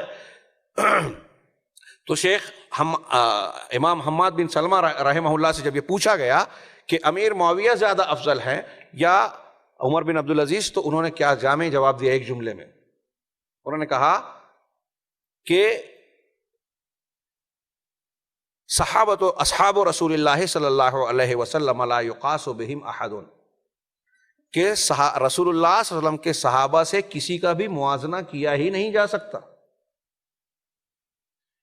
یہی بات دوسرے کئی لوگوں نے کہی، عبداللہ ابن مبارک نے تو یہاں تک کہا کہ عمر بن عبدالعزیز رحمہ اللہ اور ان کے موازنے کی بات کرتے ہیں آپ؟ اللہ کی قسم، حضرت امیر معاویہ رضی اللہ تعالیٰ عنہ نے اللہ کے رسول صلی اللہ علیہ وسلم کے ساتھ ایک قدم چل کر اللہ کے رسول کی معیت میں جو جہاد کے سفر میں حصہ لیا تھا، اور اس سفر میں ایک مٹی کا ایک تنکا اور غبار جو ان کی ناک میں گیا، حضرت عمر بن عبدالعزیز اس ناک کے تنکے کے درجے کے برابر بھی نہیں ہو سکتے۔ صحابیت کا یہ مقام ہے۔ یہاں حسن البنا کو ترجیح دی جا رہی ہے تحریکیوں کے یہاں، یہ کہتے ہیں، ہمارے یہاں بھی کہا جاتا ہے اس تحریکی پھر کوئی بھی تنقید سے بالا تر نہیں۔ شیخ مودودی کتاب خلافت الملوکیت کی شرعی حیثیت، امیر معاویہ، مغیرہ بن شعبہ اور عمرو بن عاص رضی اللہ عنہم صحابہ کرام کی انہوں نے جو تنقید کی ہے، اس کی بنیاد پر رافضیوں نے اس کو معاون مطالعہ میں اپنی ایران کی کچھ یونیورسٹیوں میں داخل کر رکھا ہے، اور یہ کہتے ہیں کہ یہ نصاب تعلیم میں بیان کرنے کے لیے کہ مولانا مودودی صاحب نے لکھ دیا تھا۔ ہرگز نہیں، یہ رافضیت اور غلط فکر کا نتیجہ ہے۔ کسی صحابی پر کوئی اہل سنت والجماعت اس طرح کیچڑ نہیں اچھال سکتا۔ اس کا جواب دنیائے علم نے ان کی زندگی میں دیا۔ اٹھائیے حافظ صلاح الدین یوسف کی کتاب خلافت الملوکیت کی شرعی حیثیت، یہ کتاب مولانا مودودی رحمہ اللہ کی زندگی میں لکھی، انہیں بھیجا، لیکن آج تک انہوں نے اور جماعت اسلامی نے اس کا جواب نہیں دیا۔ اگر کسی کو برا لگ رہا ہے تو اس سے زیادہ بری لگنے کی بات یہ ہے کہ صحابہ کرام کی شخصیتوں کو نشانہ بنایا جاتا ہے۔ تو دوسری بات، ان کے یہاں ان چیزوں پر نکیر نہیں کی جاتی، یہ ان کی پالیسی کے خلاف ہے۔ ہمارے ایک دوست نے کہا کہ صاحب اسی فکر کے متعلق، عالم تھے، انتقال ہو گیا، اللہ ان کو غریق رحمت کرے، کہا آپ لوگ جو ایک مجلس کی 3 طلاق کو ایک مانتے ہیں، قرآن حدیث کی روشنی میں واقعی صحیح ہے، عقل اور فکر، عقل کی نظر میں بھی وہی بہتر ہے، اور امت کے لیے بھی وہی بہتر ہے. ٹھیک ہے آپ کہنا کیا چاہتے ہیں؟ کہا اس پر تحریک چلائیے, قوم کو اس کی ضرورت ہے. مجھ سے کہنے لگے, میں نے کہا صاحب ہمارا یہ موقف ہے, اہل حدیث حضرات یہ مانتے ہیں, کیا ہندوستان کے مسلمانوں کو اس بات کا علم نہیں ہے؟ کہا ہاں ہے. تو کہا تو پھر ہم جب یہ تحریک چلائیں گے تو لوگ تو یہی کہیں گے کہ مسلکی کا بات پھیلا رہے, یہ اپنے مسلک کو اونچا بتانا چاہتے ہیں. کہا ہاں. کہا ٹھیک ہے آپ اپنی جماعت سے, جماعت اسلامی سے یہ کہیے کہ اہل حدیث تو یہ کہتے ہی ہیں, جب آپ یہ مانتے ہیں کہ یہ موقف صحیح ہے, امت کے لیے بہتر ہے, قرآن حدیث کے مطابق یہی درست ہے, تو آپ یہ تحریک چلائیے اپنے اسٹیج سے, تاکہ عوام کو یہ پتہ چلے کہ کل تک جو بات قرآن و حدیث کو ماننے والے یہ کہتے تھے آج یہ بھی کہہ رہے ہیں, اس کا مطلب اس میں بات دم میں دم ہے, تو شاید قبول کریں لوگ. کہا نہیں نہیں ہم ایسا نہیں کر سکتے. میں نے کہا کیوں نہیں کہہ سکتے؟ کہا یہ ہماری پالیسی کے خلاف ہے. جماعت اسلامی کے رکن کہہ رہے ہیں. کہا ہماری پالیسی کے خلاف ہے. میں نے کہا کیا ایسی کوئی پالیسی ہے قرآن و حدیث میں, اس کی ایسی پالیسی کی گنجائش ہے کہ آپ جس بات کو قرآن و حدیث کے مطابق سچ مانتے ہیں, حق مانتے ہیں, اس کو کہہ نہیں سکتے, جس کو غلط مانتے ہیں اس کو روک نہیں سکتے؟ خاموش ہو گئے. کیا یہ منہج حق ہے؟ جو لوگ اس قسم کی فکر سے متاثر ہو رہے ہیں بتائیے, وہ دنیا کی طاقتوں سے لڑنے کی بات کرتے ہیں, وہ یہ کہتے ہیں کہ حکومت میں شرک نہیں چلے گا, طاغوتی حکم نہیں چلے گا. جہاں ہماری طاقت نہیں ہے حکومت کو بدل دینے کی, قوانین کو, وہاں ہم بات کریں گے, لڑیں گے, اس کو برداشت نہیں کریں گے, سیاسی پارٹی بنائیں گے, زندہ باد مردہ باد کریں گے, اور اس شرک کو ختم کریں گے طاغوت کی شکل میں ہے, وَمَن لَمْ يَحْكُم بِمَا أَنزَلَ اللَّهُ فَأُولَٰئِكَ هُمُ الْكَافِرُونَ کے تحت. اور جہاں ہم دیکھ رہے ہیں کہ ہمارے دیکھنے والے بھائی جو شرک کر رہے ہیں قبروں پر, مزاروں پر, تعزیوں پر, زبانوں میں, عقائد میں, پھونک جھاڑ کے نام پر, یہ ہمارے سماج اور معاشرے میں شرکیات, کفریات اور بدعیات ہو رہی ہیں, بدعات ہو رہی ہیں, ہم یہاں خاموش اختیار کریں کہ مصلحت کے خلاف ہے. جو ہم کر سکتے ہیں, جو نبی کا طریقہ ہے, ہم اس کو چھوڑ دیں. جو نہیں کر سکتے, جو نبی کا طریقہ نہیں ہے, اس کو اختیار کریں. یہ ہے تحریکیت, یہ ہے اخوانیت. امت کو اس بات کا مکلف بنا دینا جس کو اللہ اور رسول نے ہم کو مکلف بنایا ہی نہیں ہے, بتایا ہی نہیں ہے, اس کا ہم مکلف کر دیں, اور جس کا مکلف بنایا اس سے فرار اختیار کرنا. جب آپ قبروں پر, قبر پرستوں پر, بدعت اور کفر پر خاموش ہیں تو ظاہر سی بات ہے جو لوگ اس پر بولتے ہیں آپ اس کی مخالفت کرتے ہیں. اب وہ حدیث یاد کیجئے جو میں نے شروع میں پیش کی کہ جو اہل باطل سے ہاتھ سے جہاد کرے وہ مومن, جو زبان سے جہاد کرے وہ مومن, جو دل سے جہاد کرے. آپ خاموش ہیں, جہاد نہیں کر رہے ہیں ان سے, اور جو ان کو رد کر رہے ہیں آپ اس پر الزام لگاتے ہیں کہ دیکھیے سعودی عرب اور سلفی اور یہ لوگ اختلافی مسائل چھڑتے ہیں, امت میں انتشار کو بڑھاوا دیتے ہیں. یعنی جو کام کر رہا ہے دین کے مطابق آپ اس کی مخالفت کر رہے ہیں. جب منہج کا اصول بدلتا ہے تو حق کو باطل اور باطل کو حق میں خلط ملط کیا جاتا ہے, اور یہ ضابطے ہی تبدیل ہو جاتے ہیں, پوری دعوت کا رخ بدل جاتا ہے. جیسا کہ شیخ احمد شاکر نے کہا کہ اخوانیوں نے دعوت کے معاملے کو الٹ دیا. اچھے لوگ ان کے یہاں برے ہو گئے, برے لوگ اچھے ہو گئے. آگے وہ آ رہی ہے بات. تیسرا ملاحظہ جو انہوں نے پیش کیا کہ اللہ تبارک و تعالیٰ کے ساتھ شرک کرنے والوں کو قبول کرنا, قبول المشرکین باللہ, مشرکین اللہ کے ساتھ شرک کرنے والوں کو قبول کرنا, جو دوسروں غیر اللہ سے دعا کرتے ہیں, نظر و نیاز کرتے ہیں اور اس طریقے کی بہت ساری باتیں اختیار کرتے ہیں, ان کو اپنی جماعت میں شامل کرنا. میں گھڑی دیکھ رہا ہوں تو وقت بہت کم بچ رہا ہے, زیادہ ہو رہا ہے, اس لیے مجھ کو بات سمیٹنا پڑے گی. یہ نقطہ بھی قابل بیان ہے, تفصیل کا متقاضی ہے, اور اس کی بڑی مثالیں ملے گی آپ کو ہمارے ملک میں بھی, مصر میں بھی, اردن, شام, فلسطین, ہر جگہ جہاں تحریکی پائے جاتے ہیں, اخوانی مزاج کے لوگ یا اس فکر کے لوگ پائے جاتے ہیں کہ ان کے یہاں یہ سب لوگ اگر کوئی شرک کر رہا ہے, شرک اکبر کر رہا ہے, تو وہ جماعت کا رکن بن جائے گا, جبکہ وہ اسلام کے بنیادی عقیدے میں بالکل بنیادی چیز کے خلاف جا رہا ہے. جو پہلا نقطہ ہے اس سے بھی جوڑ لیجئے. یہاں تک کہ رافضیوں کو بھی یہ قبول کرتے ہیں جو صحابہ کو گالیاں دیتے ہیں اور اپنے ائمہ کے بارے میں عصمت کا عقیدہ رکھتے ہیں. یہاں اتنی ہی بات کہی, لیکن اگر شیعوں کی آپ تفصیل پڑھیں تو وہ موجودہ جو قرآن ہم مانتے ہیں اس قرآن کو نہیں مانتے. وہ کہیں گے, آپ پوچھیں گے تو کہیں ہاں قرآن کو مانتے ہیں. آپ پوچھئے کہ الف لام الحمد سے لے کے والناس تک جیسا ہے ویسا ہی مانتے ہو؟ اگر وہ تقیہ نہیں کرے گا تو خاموش رہے گا, لیکن ان کے یہاں تقیہ بھی ہے, کہہ دے گا ہاں مانتا ہوں.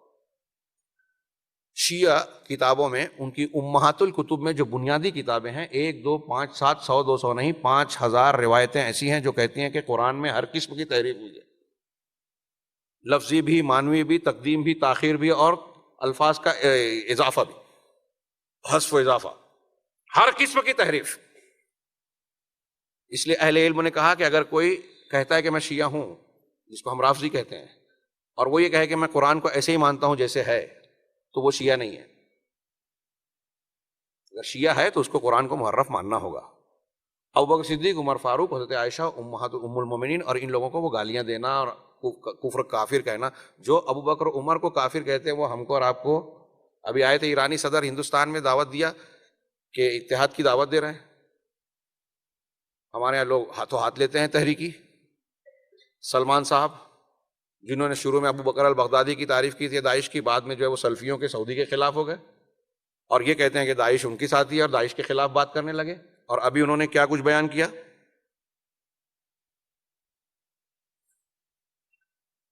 تو یہ ایک طرف اتحاد کی دعوت دے رہے ہیں، دوسری طرف حوثی رافضی سنیوں کا قتل عام کر رہے ہیں یمن میں۔ شام میں ابھی 2 روز پہلے جو تخمینہ آیا اخبار کے مطابق، میں ایسا مانتا ہوں کہ تعداد اس سے زیادہ ہے، کہ 3,80,000 لوگ گزشتہ 4 سے 5 سال میں سنیوں کو قتل کیا جا چکا ہے۔ وہاں روافض بالکل سامنے سامنے ہیں، بشار الاسد کے ساتھ ہے، رشیا کی فوج کے ساتھ ہیں، اور یہ حزب اللہ بھی ان کے ساتھ دے رہی ہے، شام میں بھی اور یمن میں بھی، عراق میں بھی۔ عراق کے پیٹرول کا 25% اس وقت ایران کو جا رہا ہے۔ ایران بحرین کو کہتا ہے کہ ہماری یہ 14ویں ریاست ہے، بحرین کو اپنانا چاہتا ہے اس لیے کہ وہاں آبادی میں روافض زیادہ ہے۔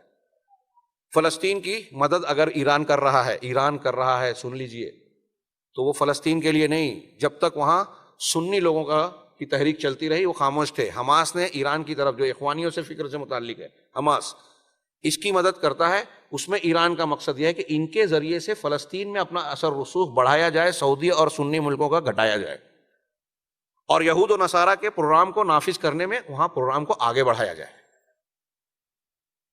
اب یہ اخوانی ان کا ساتھ دیتے ہیں، اور میڈیا سے لے کر ہر محاذ پر ان کا تعاون کرتے ہیں، ان کی فکر کو عام کرتے ہیں، ان کا دفاع کرتے ہیں، ان کی برائیوں پر پردہ ڈالتے ہیں، جبکہ انہوں نے عالم اسلام کے لیے کبھی کچھ نہیں کیا، پوری اسلامی تاریخ میں کچھ نہیں کیا۔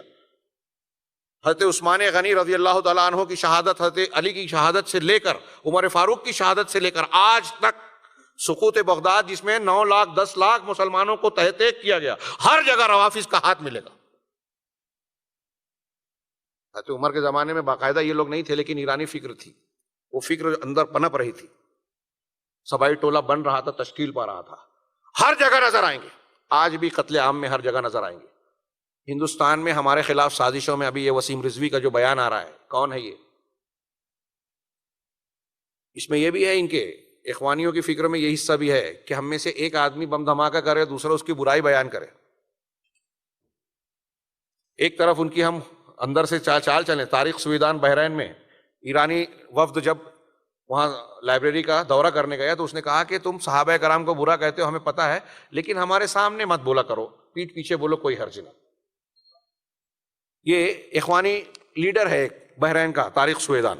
وقت بہت کم بچا ہے، یہ میں صرف نکات پیش کر رہا ہوں۔ ایک نکتہ یہ ہے کہ ان کے شیخ حسن البنا کئی بدعتی اور قبر کی میلاد کی محفلوں میں حاضر ہوئے اور اپنا خطبہ پیش کیا، گویا ان کی تائید کی۔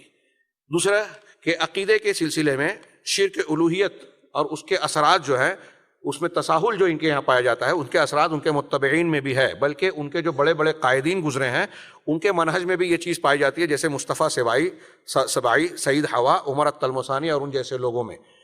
چوتھا کہ حسن البنا کا انتساب صوفیہ کے طریقہ حصافیہ کی طرف ایک اسرا، اس کے بعد جو ہے کہ اخوان المسلمین کے جو قائدین ہیں اور منظرین ہیں وہ اپنے منہج میں اشعری عقیدے کی طرف جاتے ہیں، تعویل کا عقیدہ۔ یہ تھوڑا سا اہم تھا، اس کی تفصیل میں بیان کرنا چاہتا تھا لیکن اس کا موقع نہیں ہے۔ ایک دو جملے میں یہ کہوں کہ اہل سنت والجماعت اللہ تبارک و تعالیٰ کی اسماء و صفات کے بارے میں، ذات کے بارے میں اور غیبیات کے بارے میں یہ عقیدہ اور اصول رکھتے ہیں۔ تمام صحابہ کرام سے لے کر آج تک، امام مالک، امام شافعی، امام ابو حنیفہ، سارے لوگ سارے ائمہ کرام، سارے محدثین کا یہی مسلک ہے کہ اللہ اور کی اسماء و صفات جس طرح سے قرآن و حدیث میں آئی ہے ہم اس کو ویسے ہی مانتے ہیں، نہ ان کا انکار کرتے ہیں، نہ ان کی تحریف کرتے ہیں، نہ ان کی تعویل کرتے ہیں، نہ اللہ کی اسماء و صفات کو مخلوق سے تشبیہ دیتے ہیں۔ اگر کوئی مخلوق سے اللہ کی صفات کو تشبیہ دیتا ہے تو وہ کافر، اور قرآن و حدیث میں آئی ہوئی کسی صفت کا انکار کرتا ہے تو وہ بھی کافر۔ اس میں کوئی اختلاف نہیں ہے سلف امت میں۔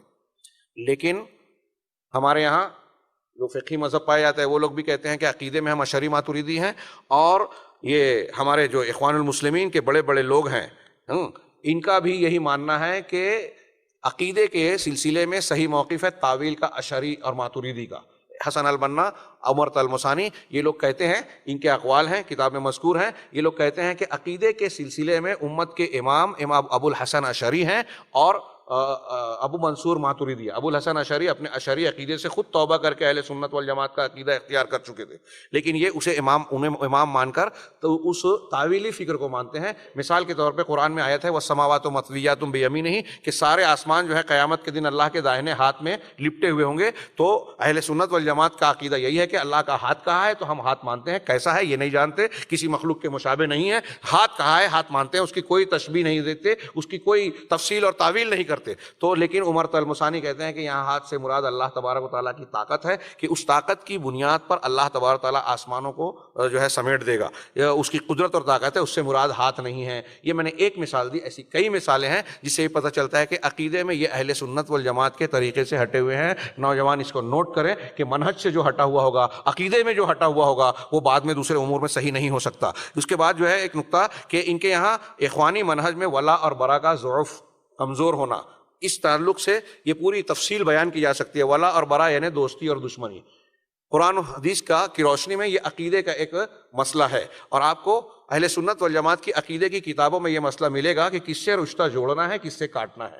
تو رشتہ جوڑنا اہل توحید سے، ہم پڑھتے ہیں، سبق پڑھتے ہیں کہ بدر میں حضرت ابو عبیدہ بن جراح نے اپنے باپ کو قتل کر دیا، حضرت عمر نے اپنے ماموں کو مار دیا، اور مصعب ابن عمیر نے ایک انصاری جو ان کے بھائی کو گرفتار کر رہا تھا اس سے کہا کہ اس کی ماں بڑی مالدار ہے، تم کو فدیے کی اچھی رقم ملے گی، اچھی طرح پکڑو۔ تو اس نے کہا کہ بھائی ہوتے ہوئے تم میرے بارے میں یہ کہہ رہے ہو؟ تو حضرت مصعب ابن عمیر نے کہا کہ اس وقت تم میرے بھائی نہیں ہو بلکہ یہ انصاری میرا بھائی ہے۔ تو ولا اور برا دین کی بنیاد پر ہوتا ہے، صحیح عقیدے کی بنیاد پر ہوتا ہے۔ یہ جو بات ابھی میں نے کہی یہ بھی اچھی طرح سے دماغ میں رکھیے کہ جو شخص صحیح عقیدے کا ہوگا وہ صحیح عقیدے والوں سے دوستی رکھے گا، ان سے تعلق رکھے گا، ان سے دشمنی نہیں کرے گا، ان پر تنقیدیں نہیں کرے گا، ان کی مخالفت نہیں کرے گا۔ اگر برائیاں دیکھے گا تو ابھی آپ نے دیکھا کہ چاہے وہ حکام ہو، احادیث کہتی ہیں کہ ان کی اصلاح کی کوشش کرے گا دائرے میں رہ کر۔ لیکن ان کے یہاں دیکھیے قرآن و حدیث کو ماننے والے، قرآن حدیث پر عمل کرنے والے، ابھی مجھ کو کلپ میری ہی سنا رہے تھے کچھ لوگ جس میں میں نے بیان کیا سعودی عرب کے کیا کیا جو ہے کارنامے ہیں دنیا میں عالم اسلام کے لیے، اسلام کی خدمت کے لیے، جو کچھ سعودی عرب اور کویت اس وقت گزشتہ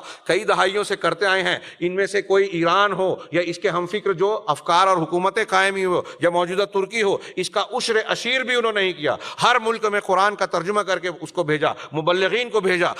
عیسائیوں نے جو یہ قسم کھائی تھی، عیسائی مبلغین نے کہ 2000 کے آتے آتے ہم بر اعظم افریقہ کو مسلم اکثریت سے عیسائی اکثریت والا بر اعظم میں تبدیل کر دیں گے، دعوت کا وہاں ایسا کام کریں گے۔ اکیلے سعودی عرب کے شاہ فہد نے اپنے دعات کو وہاں مامور کیا کہ جا کے اس کا مقابلہ کرو، تم کو جو چاہیے ہم دیں گے، لیکن اسلام کی تبلیغ کرو، اسلام کا دفاع کرو۔ ان مسلمانوں کو جن کو یہودی عیسائی مبلغین شکار کرنا چاہتے ہیں ان کو بچانے کی کوشش کرو۔ اس کا نتیجہ یہ ہوا کہ پورے چپے چپے میں کہیں اسلامک، ہر چپے چپے میں اسلامک سینٹر سعودی عرب کے تعاون سے کھولے گئے، اور دیکھتے ہی دیکھتے نہ صرف یہ کہ مسلمانوں کو اسلام کے میں مضبوط کیا گیا بلکہ کئی سو عیسائی مبلغین وہاں مسلمان ہو گئے۔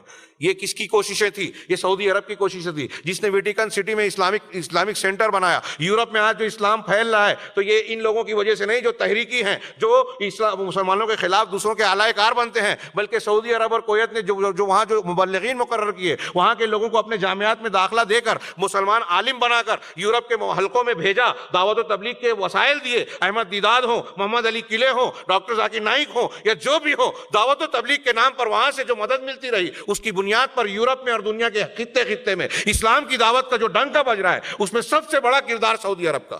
اور وہی آج نشانہ ہے یہود و نصارہ کا. اور ہمارے یہ اخوانی یہ کہتے ہیں کہ سعودی عرب جو ہے یہود و نصارہ کا اعلی کار ہے, اندر سے ان کی دوستی ہے, یہ فلاں اور فلاں سے تعلق رکھتے ہیں. ابھی قطر کے مقابلے میں جو الزامات ہمارے یہاں کا میڈیا ایران پر, سعودی عرب پر دیتا تھا, وہ ساری چیزیں اس سے زیادہ قطر میں پائی جاتی ہیں. قطر میں امریکہ کا سینٹر ہے, قطر میں امیر کی بیوی جو ہے بے حجاب رہتی ہے, دین سے دور ہے, اور نہ جانے کیا کیا چیزیں ہیں. لیکن جیسے ہی سعودی عرب اور قطر میں ٹھنی تو ہمارے سارے اخوانی اور میڈیوں نے قطر کا ساتھ دینا شروع کر دیا. سعودی عرب کی مذمت میں جو ہے رطب اللسان میں اپنے قلم کو سیاہ, صفحات کو سیاہ کرنا شروع کر دیا, عام پروپیگنڈا کر دیا, اور ہمارے سادہ لوگ جو ہیں اس کو مان لیتے ہیں. ظاہر سی بات ہے کہ یہود و نصارہ کا پروپیگنڈا اگر کسی کو نشانہ بنا رہا ہے تو اس سے بھی یہ اندازہ لگا لینا چاہیے کہ یہ ان کو کھٹکتا ہے. بہرحال ان کے یہاں ولا اور برا, دوستی اور دشمنی کا معیار بگڑ گیا.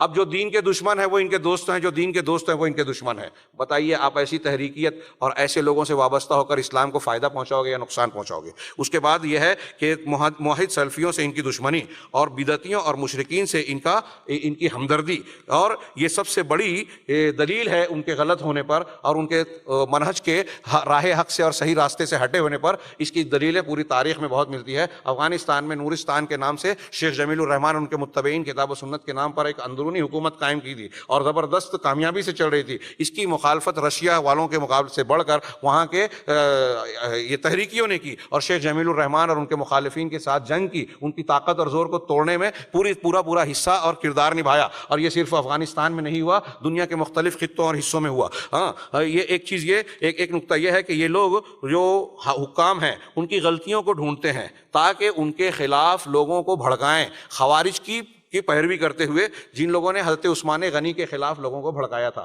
حضرت عثمان غنی کو قتل کرنے کی کوشش کی گئی, ناکام ہو گئے, اور پھر جس نے قتل کیا وہ بھی خوارج کی کوششوں کا نتیجہ تھا, اس کو بھڑکایا تھا. اور پھر اس کے علاوہ حضرت علی رضی اللہ تعالیٰ عنہ کو قتل کیا کس نے؟ عبد الرحمن ابن ملجم نے. میں نے کئی جگہ تقریروں میں بیان کیا, یہ قرآن کا بہت اچھا قاری تھا, بڑا نیک تھا. حضرت عمرو بن عاص نے جب مصر کو فتح کیا تو حضرت عمر فاروق کو خط لکھا کہ یہاں قرآن پڑھانے والے کسی آدمی کو بھیجیے, نئے مسلمانوں کو قرآن سکھانے کی ضرورت ہے. تو انہوں نے خط لکھ کر اس آدمی کو بھیجا, عبد الرحمن بن ملجم کو, حضرت عمر فاروق نے, کہ یہ قرآن کا بہت ہی اچھا قاری ہے, میں تمہارے مطالبے پر میں اپنے آپ پر اس کو تمہارے لیے ترجیح دے رہا ہوں, اس کو تم اچھا رہنے کا انتظام کرو اور اچھی تعلیم کا نظم کرو, ایک اچھا مقام دے دو, یہ لوگوں کو قرآن سکھائیں گے. یہ مصر گیا, مصر میں ہی تھا, یمن میں جب عبداللہ بن سبا اور اس کا فتنہ اٹھا اور وہاں سے اس نے بہت ساری باتیں سنی تو اس نے خارجیت کو قبول کیا اور پھر خارجیوں سے منسلک ہو گیا. اور اس کے بعد اسی نے جو ہے حضرت علی کے قتل کی جب سازش بنی 3 لوگوں کو ایک ہی وقت میں قتل کرنے کی, عثمان غنی, حضرت علی, حضرت عبداللہ عمرو بن عاص کو, تو اس میں اس نے اپنے آپ کو پیش کیا کہ حضرت علی رضی اللہ عنہ کو میں قتل کروں گا. نیک انسان. آپ کو نوجوان دھیان دیجئے کہ خارجی فکر جو ہے مسلمانوں کو کافر بناتی ہے, صحابہ کرام کو کافر بناتی ہے, ان کو قتل کرنے کا فتویٰ دیتی ہے. اس لیے یہ جو آج مسلمانوں کو کافر قرار دے کر واجب القتل کہتے ہیں عالم اسلام میں, یہ اخوانی اور بہت سارے لوگوں کو, مصر کے کئی وزیروں کو, شام کے کئی مسلمانوں کو انہوں نے قتل کیا یہ فتویٰ دے کر, جبکہ یہ کام حکومت کا ہے. اسلامی اصولوں کے مطابق یہ ہر ایک کا کام نہیں ہے کہ میں کسی کو کہہ دوں کہ یہ کافر ہے اور اس کو گولی مار دوں, یہ جائز ہی نہیں ہے. اگر یہ ایسا ہو بھی تو یہ حکومت کا کام ہے, اور حکومت اور قاضی اگر نہیں ہے تو یہ عوام کا کام نہیں ہے. بہرحال انہوں نے بہت سارے وزراء کو, نقراشی اور دوسری مثالیں ہیں جو کتابوں میں بیان کی گئی ہیں, ان کو قتل کیا. تو انہوں نے حضرت علی رضی اللہ تعالیٰ عنہ کو عبد الرحمن بن ملجم نے شہید کیا, اور اس کے بعد اس کو شرمندگی بھی نہیں تھی. یہ کہتا تھا کہ مجھ کو جب سزا میں قتل کرنا تو گردن مار کر یکلخت نہیں مارنا, بلکہ میرے ایک جسم کے ایک حصے کو کاٹ کر مجھے مارنا. تو یہ جو حکمرانوں کی غلطیاں ڈھونڈنے کا مزاج اور ان کی مخالفت کرنا, اور ان کو جو ابھی آپ نے پچھلے خطاب میں سنا اس کی روشنی میں غور کیجئے, یہ خارجیت کی یہ فکر جو ہے اخوانی فکر میں, تحریکی فکر میں کوٹ کر بھری ہے, اور آج عالم اسلام میں اس نے بے چینی پھیلا رکھی ہے. ہمارے بعض سلف کا کہنا ہے, سہل بن عبداللہ تستری کا ایک بہترین قول ہے کہ امت اس وقت تک خیر میں رہے گی جب تک سلطان, حاکموں, مسلمان حاکموں اور علماء کی تعظیم کرتی رہے گی. جیسے ہی ان کی عزت سماج اور معاشرہ نہیں کرے گا, علماء کی عزت نہیں کرے گا, ان کو مقام نہیں دے گا, اور حکام مسلمین کو مقام نہیں دے گا, مسلمانوں کی طاقت پارا ہو جائے گی اور خیر میں نہیں رہے گی. اس کی اور بھی بہت ساری دلیلیں دی جا سکتی ہے. اس کے علاوہ اخوان کے یہاں جو بیعت دی جاتی ہے, انہوں نے 10 ارکان مقرر کیے ہیں. وہ بیعت کے خود یہ جو بیعت لی جاتی ہے, یہ بیعت غیر اسلامی ہے, بدعتی ہے.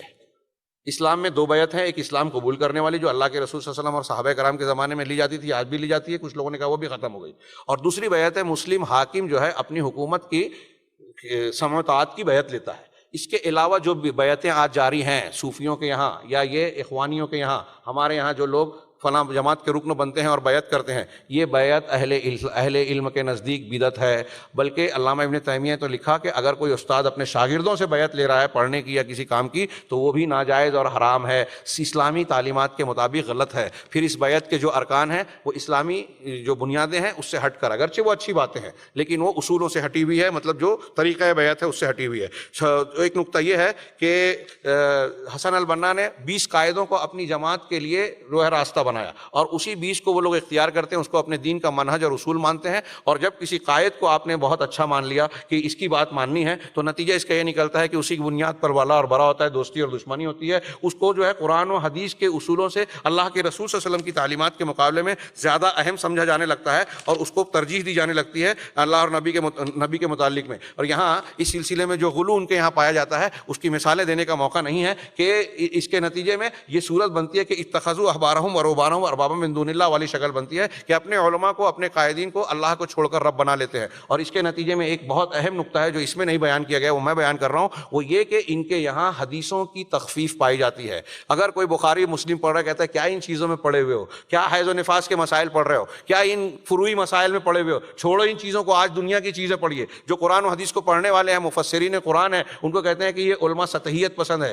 ان کو تو بس احکام و مسائل معلوم ہے، لہٰذا اس کی اہمیت نہیں ہے، آج حدیثوں کی کوئی اہمیت نہیں ہے، آج سائنس اور ٹیکنالوجی کی اہمیت ہے۔ اگر قرآن و حدیث کو ہی آپ غیر اہم مانتے ہو تو آپ مصدر شریعت کو جو ہے غیر اہم مان رہے ہو، اور یہ چیز جب اگر ہٹ گئی ہے تو آپ سائنس میں، انجینئرنگ میں، دنیا کی کسی بھی ٹیکنالوجی میں کتنی بھی بلندی پر چلے جاؤ، آپ ہدایت نہیں پا سکتے۔ نوجوان اس کو نوٹ کریں کہ یہ بہت اہمیت کی حامل بات ہے کہ قرآن و حدیث کی جو بے عزتی کرتا ہے، تخفیف کرتا ہے، ان کی تعظیم نہیں کرتا۔ صحابہ کرام اللہ کے رسول صلی اللہ علیہ وسلم کی بات اگر آ جاتی تھی، سلف اور صحابہ، تو اس کے سامنے کسی کی بات کو تائید میں بھی سننا پسند نہیں کرتے تھے، اللہ کے رسول کی حدیثوں کی اتنی تعظیم کیا کرتے تھے، اور ان کے یہاں اس کی تخفیف اور بے عزتی پائی جاتی ہے، اس کا مذاق اڑاتے ہیں۔ ایک اور یہ ہے کہ یہ لوگ امارت میں امارت کو پسند کرتے ہیں، مسلم حکومت ہے لیکن اس کے اندر دوسرے کو امیر بناتے ہیں، جبکہ ایسی امارت صرف اسلام نے شریعت سفر میں جائز رکھی ہے، عام حضر میں نہیں۔ اس کو میں چھوڑ رہا ہوں۔ اس کے علاوہ ایک اہم نقطہ ہے کہ ان کے یہاں خبروں میں، اقوال میں تقیہ کرنا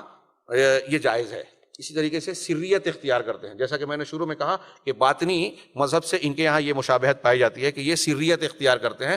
اسلام میں یہ سریت نہیں ہے، خاموشی سے، چپکے سے خفیہ پلاننگ کی جائے، خفیہ پلاننگ کر کے نوجوانوں کو دھماکے پہ لگایا جائے اور فلاں کام میں لگایا جائے، اندر کچھ اور باہر کچھ۔ ان کے بڑے بڑے لوگوں نے کہا کہ اسلام کا کچھ ظاہر ہے، کچھ باطنی ہے، تو گھر کے اندر کی چیزیں جو مخصوص لوگوں میں رکھی جائے اور پلاننگ کر کے اس کو انجام دیا جائے۔ جو چیز اسلام کی ہے، اسلامی تعلیمات کی ہے، وہ سب چیزیں واضح ہوتی ہے۔ یہ انتظامی اور اداری چیز ہو سکتی ہے کہ کچھ باتوں کو آپ کچھ لوگوں کے لیے مخصوص اوقات کے لیے جو ہے چھپا کے رکھیں، لیکن دین کا یہ تعلق نہیں ہے۔ لہٰذا ان کے یہاں جو سریت اور باطنیت ہے یہ شیعہ مذہب اور باطنیت سے متاثر ہے، اور اس میں یہودیوں کی مشابہت پائی جاتی ہے جس کی تفصیل کا یہاں موقع نہیں ہے۔ ایک یہ کہ ان کے یہاں دن رات جو ہے وہ بہت نغمات، گانے آج کل بہت چلتا ہے، اسلامی گانے، اسلامی نغمے، اس کے اندر کیا خرابیاں ہیں؟ ایک تو یہ سلف کے منہج سے ہٹی ہوئی چیز ہے، بہت گیت گانا، نظمیں، بچوں کو کی حد تک، کچھ حد تک ٹھیک ہے اسلامی چیزیں آپ بتا دیں، لیکن یہ مسلسل یہ کرنا، اس میں مشغول رکھنا، یہ دینی اذکار اور دینی طریقوں سے دور کر کے ان چیزوں میں مشغول رکھنا ہے۔ علماء حق کی کتابوں سے، علماء حق کے خطابات سے، ان کے دروس سے دور کرنا، قرآن و حدیث کی تعلیمات سے دور کر کے اس میں مشغول کرنا، یہ بہت نقصان دہ چیز ہے جو ان کے یہاں پایا جاتا ہے۔ اسی طریقے سے ایسی تمثیلات اور ڈرامے، یہ دین کے ڈرامے بنانا، ان کے یہاں ایسے کئی فتوے ہیں کہ صحابہ کرام کے اور دینیات کے ڈرامے بنائے جا سکتے ہیں، اور آج کے موجودہ دور میں ان ڈراموں کے ذریعے سے اسلام کی تبلیغ اور دعوت کا کام کیا جا سکتا ہے، اور اس میں بہت ساری شخصیات کو جھوٹا اور سچا بنا کر پیش کیا جاتا ہے کردار میں، تو یہ اس پر اہل اسلام نے ان پر بہت نکیر کی ہے۔ اس کے علاوہ ایک نقطہ انہوں نے یہ بیان کیا کہ یہ تنظیم کے جو جلوس نکالے جائیں، احتجاجات کیے جائیں، مظاہرے کیے جائیں، جو آج کے موجودہ جمہوری اور یہود و نصارہ کی سیاست کا حصہ ہے، اس کو کیا جائے۔ سعودی عرب کے علماء کی لجنہ نے ایک مرتبہ یہ فتویٰ دیا جب کہ یہ اس قسم کے مظاہرات کی اسلام میں گنجائش نہیں ہے، مظاہرے نہیں کیے جا سکتے، احتجاجات نہیں کیے جا سکتے، تو اس پر جہاں اخوانیوں نے بہت شور ہنگامہ مچایا، وہاں امریکہ نے بھی اعتراض کیا کہ یہ آزادی رائے کے خلاف ہے، یہ ایسا ہے اور یہ ویسا ہے۔ تو اہل سعودی عرب نے جواب دیا کہ اگر آپ یہ کہتے ہو کہ آزادی رائے ہے تو یہ ہمارے دین کی تعلیم ہے، ہم اپنے دین کی تعلیم کے تحت جو ہے سعودی عرب میں جو ہے احکامات کو نافذ کرتے ہیں کتاب و سنت کی بنیاد پر، تو آپ ہم کو یہ ہمارا یہ آزادی کا حق کیوں نہیں نہیں مانتے. بہرحال یہ ساری باتیں ہوئی. تو یہ احتجاجات پر یہ لوگ قرآن و حدیث سے الٹی سیدھی دلیلیں پیش کرنا چاہتے ہیں جو موجودہ جمہوریت کا حصہ ہے, قرآن و حدیث کا طریقہ نہیں ہے. اور اس سے کتنے فساد ہوتے ہیں, کتنے دنگے ہوتے ہیں, کتنے معصوم لوگوں کی جانیں جاتی ہیں, کتنا مال ضائع ہوتا ہے, اور کتنی بے ہنگاموں کا اظہار ہوتا ہے جو اسلامی مزاج کے خلاف ہے, لیکن یہ اس کو اسلام کا حصہ بناتے ہیں. اس کے علاوہ ایک چیز یہ ہے کہ ان کے یہاں جو ہے اغتیالات, کسی کو قتل کر دینا, کسی کے خلاف جو ہے سازش کر کے اس پر اچانک حملہ کر دینا اور قتل کر دینا, یہ ایک کتاب کا نقط فوق الحروف الاخوان المسلمین والاغتیالات, یہ احمد عادل کمال جو اخوان کے ایک عضو ہیں انہوں نے اس موضوع پر لکھا ہے. اس موضوع کے تحت ان دوسری کتابوں میں یہ چیزیں لکھی گئی ہے کہ حضرت علی اور عثمان غنی کو جس طرح قتل کیا, ان لوگوں نے ایسے بہت سارے قاتلین کو تیار کیا جو مختلف طریقوں سے مسلمان حکام کو قتل کرنے کا کام کرتے رہے ہیں, کر رہے ہیں, اور صرف حکام ہی کو نہیں عوام کو قتل کرتے ہیں. اور انہی کے تربیت یافتہ وہ بگڑے ہوئے نوجوان ہیں جو دوسروں کا آلائے کار بن کر جس دین اور شریعت کے نام پر دھماکے کرتے ہیں. جس دین نے یہ کہا ہے کہ اگر دشمن کے پر حملہ کرو تو اس میں چرچ میں, ان کی عبادت گاہوں میں اگر کوئی مصروف عبادت ہے تو اس کو نقصان نہیں پہنچانا, کسی عورت کو قتل نہیں کرنا, کسی بوڑھے کو نہیں مارنا, کسی بچے کو قتل نہیں کرنا, کھڑی فصل کو نقصان نہیں پہنچانا. یہ قرآن و حدیث کی تعلیمات ہے, رسول اللہ علیہ وسلم کی حدیث میں صاف تعلیم ہے, جس کو آج اگر ہم غیر مسلم دنیا کو بتائیں کہ جنگ کی حالت میں بھی ہمارے رسول کا یہ تعلیم ہے, تو کیا وہ یہ الزام لگا سکتے ہیں کہ اسلام شدت پسندی اور دہشت گردی کی تعلیم دیتا ہے؟ نہیں لگا سکتے. لیکن ان تحریکیوں نے, اخوانیوں نے یہ حرکت کی, یہ مزاج بنایا نوجوانوں کا کہ مسلمانوں کا قتل عام کر دیا جائے, مسجدوں میں بم دھماکے کیے گئے, جمعہ کے وقت دھماکے کیے گئے, دوسروں کی عبادت گاہوں کے یہاں دھماکے کیے گئے, ذمیوں کو جن کو اللہ اور رسول نے کہا ہے کہ ان کو اگر کوئی قتل کرتا ہے تو جنت کی خوشبو نہیں پائے گا, غیر مسلم جو مسلم ملک میں رہتا ہے, یہ انہوں نے غیر مسلموں کو بھی قتل کیا. قرآن و حدیث کی تعلیمات کے سراسر خلاف ان کا یہ منہج اور طریقہ ہے کہ اگر دینی مقاصد ہے تو قتل کیا جا سکتا ہے. شیخ عبد القادر عودہ, سلمان عودہ, ان لوگوں نے الجزائر کے قتل عام میں کہا کہ صرف 10,000 لوگ تو مرے ہیں نا تحریک کے لیے, تو کیا فرق پڑتا ہے, 10,000 معصوم لوگوں کی جان چلے جانا ان کے قائدین کے نزدیک کوئی معنی نہیں رکھتا. اس سے آپ اخوانیت اور تحریکیت کا مزاج جان سکتے ہیں کہ اللہ کے رسول, اللہ کا کلام کہتا ہے کہ ایک بھی اگر جان ناحق جاتی ہے تو پوری انسانیت کا قتل ہے, اور ان کا ایک قائد کہتا ہے کہ 10,000 لوگ مر گئے تحریک کے لیے, تو کیا فرق پڑتا ہے. تو ان کے یہاں اس کی کثرت ہے, اس کے فتوے ہیں, اور اس کی بنیاد پر یہ سارا دھوم مچا ہے جس کی وجہ سے آج مسلمان بدنام ہو رہے ہیں, اسلام پر دہشت گردی کا الزام لگ رہا ہے. آخری نقطہ یہ ہے کہ ان کے یہاں یہ لوگ جو ہیں لوگوں کو علماء حق سے, علماء سنت سے جو ہے دور کرتے ہیں, ان سے آری کرتے ہیں, ان کی کردار کشی کر کے نوجوانوں کو ان سے دور کرتے ہیں. نوجوان جو آج کے دور میں دیکھیے کہ علماء کی کتنی تنقید کرتے ہیں. قرآن و حدیث میں موقع نہیں ہے کہ یہ بتائیں کہ اگر علماء حق ہیں تو ان کا کیا مقام ہے. امام حنیفہ کی تشریح کے مطابق وہ حدیث قدسی دیکھیں, من عاد علی ولیا فقد آذنتہ بالحرب, حدیث قدسی ہے کہ جو میرے کسی ولی سے دشمنی کرے گا تو مجھ سے جنگ کا اعلان کر رہا ہے. یہ اللہ کے رسول صلی اللہ علیہ وسلم نے کہا کہ اللہ تعالیٰ کہہ رہا ہے, لمبی حدیث ہے. اس حدیث کی تشریح میں امام حنیفہ رحمہ اللہ, خطیب بغدادی اور دوسرے کئی لوگ کہتے ہیں کہ اللہ کے ولیوں میں سر فہرست علماء حق ہے. اب علماء حق سے اگر کوئی دشمنی کر رہا ہے تو اللہ سے جنگ کا اعلان کر رہا ہے. تحریکی مزاج کے لوگ اپنے مخالف تمام علماء کرام کو گمراہ قرار دیتے ہیں. ابھی آپ نے سنا پہلی تقریر میں بھی دوسری میں بھی, عالم عرب کے جو بڑے بڑے علماء, شیخ ابن باز رحمہ اللہ, شیخ البانی رحمہ اللہ, شیخ فوزان, علامہ جبرین اور دوسرے بہت علماء بارزین, یہ ان کی تحقیر کرتے ہیں اور کہتے ہیں کہ یہ مرتزقہ ہے, یہ اعلی کار, یہ دینار و درہم کے اور کیا وظیفہ خوار لوگ ہیں, حکومت کے درباری علماء ہیں, یہ حیض و نفاس کے علماء ہیں. اس قسم کے گھنانے اور گھٹیا الزامات ان پر لگاتے ہیں اور کہتے ہیں کہ ان علماء کو ہم نہیں. اسامہ بن لادن اور ایمن الظواہری نے مختلف ذریعوں سے سعودی عرب کے ان علماء کو کہا تھا کہ اگر آپ ہمارے خلاف فتویٰ دیں گے یا خاموش نہیں رہیں گے, آپ اپنے حکومت کا دفاع کریں تو ہم آپ کو بھی قتل کر دیں گے. علماء کو قتل کرنا ان کے لیے کوئی بات نہیں. کافر قرار دے دینا, شیخ محمد بن عبد الوہاب, علامہ ابن تیمیہ پہ الزام لگتے ہیں کہ سلفیوں کے یہاں یہ دہشت گردی کی تعلیم ہے, اور شیخ محمد بن عبد الوہاب اور علامہ ابن تیمیہ کی کتابوں میں یہ چیز پائی جاتی ہے. ابھی شیخ سلمان نے بھی لکھا, حالانکہ یہ جتنے داعش اور اس قسم کے جتنے گروہ ہیں, میں یہاں بہت ذمہ داری سے بول رہا ہوں, ان کے نوجوانوں کے پاس آپ دیکھیے جس سے ان کا دماغ خراب ہوا ہے, شدت پسندی اور جن کتابوں کی وجہ سے آئی ہے وہ تحریکیوں کی کتابوں سے آئی ہے, سید قطب کی کتابوں سے آئی ہے. سید شیخ علی اشماوی کہتے ہیں کہ سید قطب ایک آدمی آیا اور مجھ سے کہا کہ میں نے فی ظلال القرآن سید قطب کی جو پڑھی ہے, آخری بات ہے یہ, سید قطب کی پڑھی ہے, اس کو پڑھنے کے بعد مجھے مسلمانوں کے ذبیحے کو کھانے کا دل نہیں ہوتا. تو میں کیا کروں؟ تو شیخ اشماوی نے کہا ٹھیک ہے ہم چلتے ہیں. وہ جا کے سید قطب سے سوال کیا کہ ہمارے ایک صاحب پاس ایک آدمی آیا اور انہوں نے سوال کیا کہ آپ کی کتاب پڑھ کے انہیں لگتا ہے کہ سارے لوگ کافر ہیں، تو میں ان کا ذبیحہ کھاؤں یا نہ کھاؤں اگر کافر ہے تو سید قطب نے جواب دیا کہ چھوڑیے ان کو، ان کا ذبیحہ کھانے دیجئے، اور یہ بتائیے کہ یہ جو اپنے آپ کو مسلمان کہہ رہے ہیں ان کو اہل کتاب کی طرح مان لیں، کیونکہ قرآن نے اہل کتاب کے ذبیحے کو کھانے کے جائز قرار دیا ہے، اس لیے اہل کتاب سمجھ کر ان کا ذبیحہ کھا لیا جائے. سید قطب جو پہلے امریکہ میں پڑھ کر آئے تھے اور پہلے دیندار نہیں تھے، بعد میں دین کی طرف آئے، ان کے نزدیک ان کی فکر سے ہٹ کر جتنے لوگ بھی ہیں سارا مسلمانوں کا معاشرہ جاہلی معاشرہ ہے. ان کی کتابوں میں لکھا ہوا ہے، ان کی کتاب موجود ہے، سارا معاشرہ جاہلی ہے، ان کے قتل کیا جا سکتا ہے، ان کے ہاں یہ فکر پائی جاتی ہے. تو یہ پورے مسلمانوں کو ایک طرف کافر، ایک طرف کشادگی کی بات کرتے ہیں تو یہود و نصارہ کو بھی اپنا بنانے کی بات کرتے ہیں، اور دوسری طرف مسلمانوں کو بھی کافر قرار دیتے ہیں. یہ ایک فرقہ اور ایک منہج بن گیا ہے، اور یہ فکر ایسی ہے کہ پورے عالم اسلام کا ایک ناسور بن گئی ہے. اور بڑی پریشانی کی بات یہ ہے کہ نوجوان طبقہ ان فکر منہج کے اس انحراف کو سمجھنے کے لیے تیار نہیں ہے. وہ سطحی طور سے دین کو ظاہری طور سے کچھ چیزوں کو دیکھ کر قبول کرنے کا عادی ہو گیا ہے. اس سلسلے میں مزاج بنائیے تحقیق کا، اصول بنائیے کہ ہمیں جو اللہ تبارک و تعالیٰ نے دین اور شریعت دی ہے اس میں ہم کو اللہ تبارک و تعالیٰ نے ایسے اصول اور ضابطے بیان کیے ہیں کہ اگر ہم اسے اپنے سامنے ہر وقت رکھیں اور اس کی روشنی میں دین کو قبول کریں تو کوئی دنیا کا کوئی شیاطین الانس اور جن ہمیں راہ حق سے بھٹکا نہیں سکتا. اور وہ اصول، سب سے پہلا اصول یہ ہے کہ کتاب و سنت کو بنیاد بنائی جائے، توحید کو اور سنت کو اپنی زندگی کی اصل اور بنیاد بنائی جائے. اگر ان دو چیزوں کو ہم نے اختیار کر رکھا تو دنیا کا کوئی بھی انحراف والا شخص ہمیں دھوکہ نہیں دے سکے گا، فریب میں مبتلا نہیں کر سکے گا. شیطان مختلف قالبوں میں دین کے نام پر دینداروں کو بھٹکاتا ہے. لہٰذا اگر کوئی قرآن و حدیث کو سامنے رکھے گا، سلف کے منہج کو سامنے رکھے گا تو اس قسم کی چیزیں اس کو دھوکہ نہیں دے سکے گی. اگر کوئی ایران، کوئی رافضی، کوئی دین کا دشمن دین کا لبادہ اوڑھ کر اپنا کردار میڈیا میں اچھا بتائے گا تو ہم اس سے دھوکہ کھا جائیں، اور سعودی عرب کا چہرہ،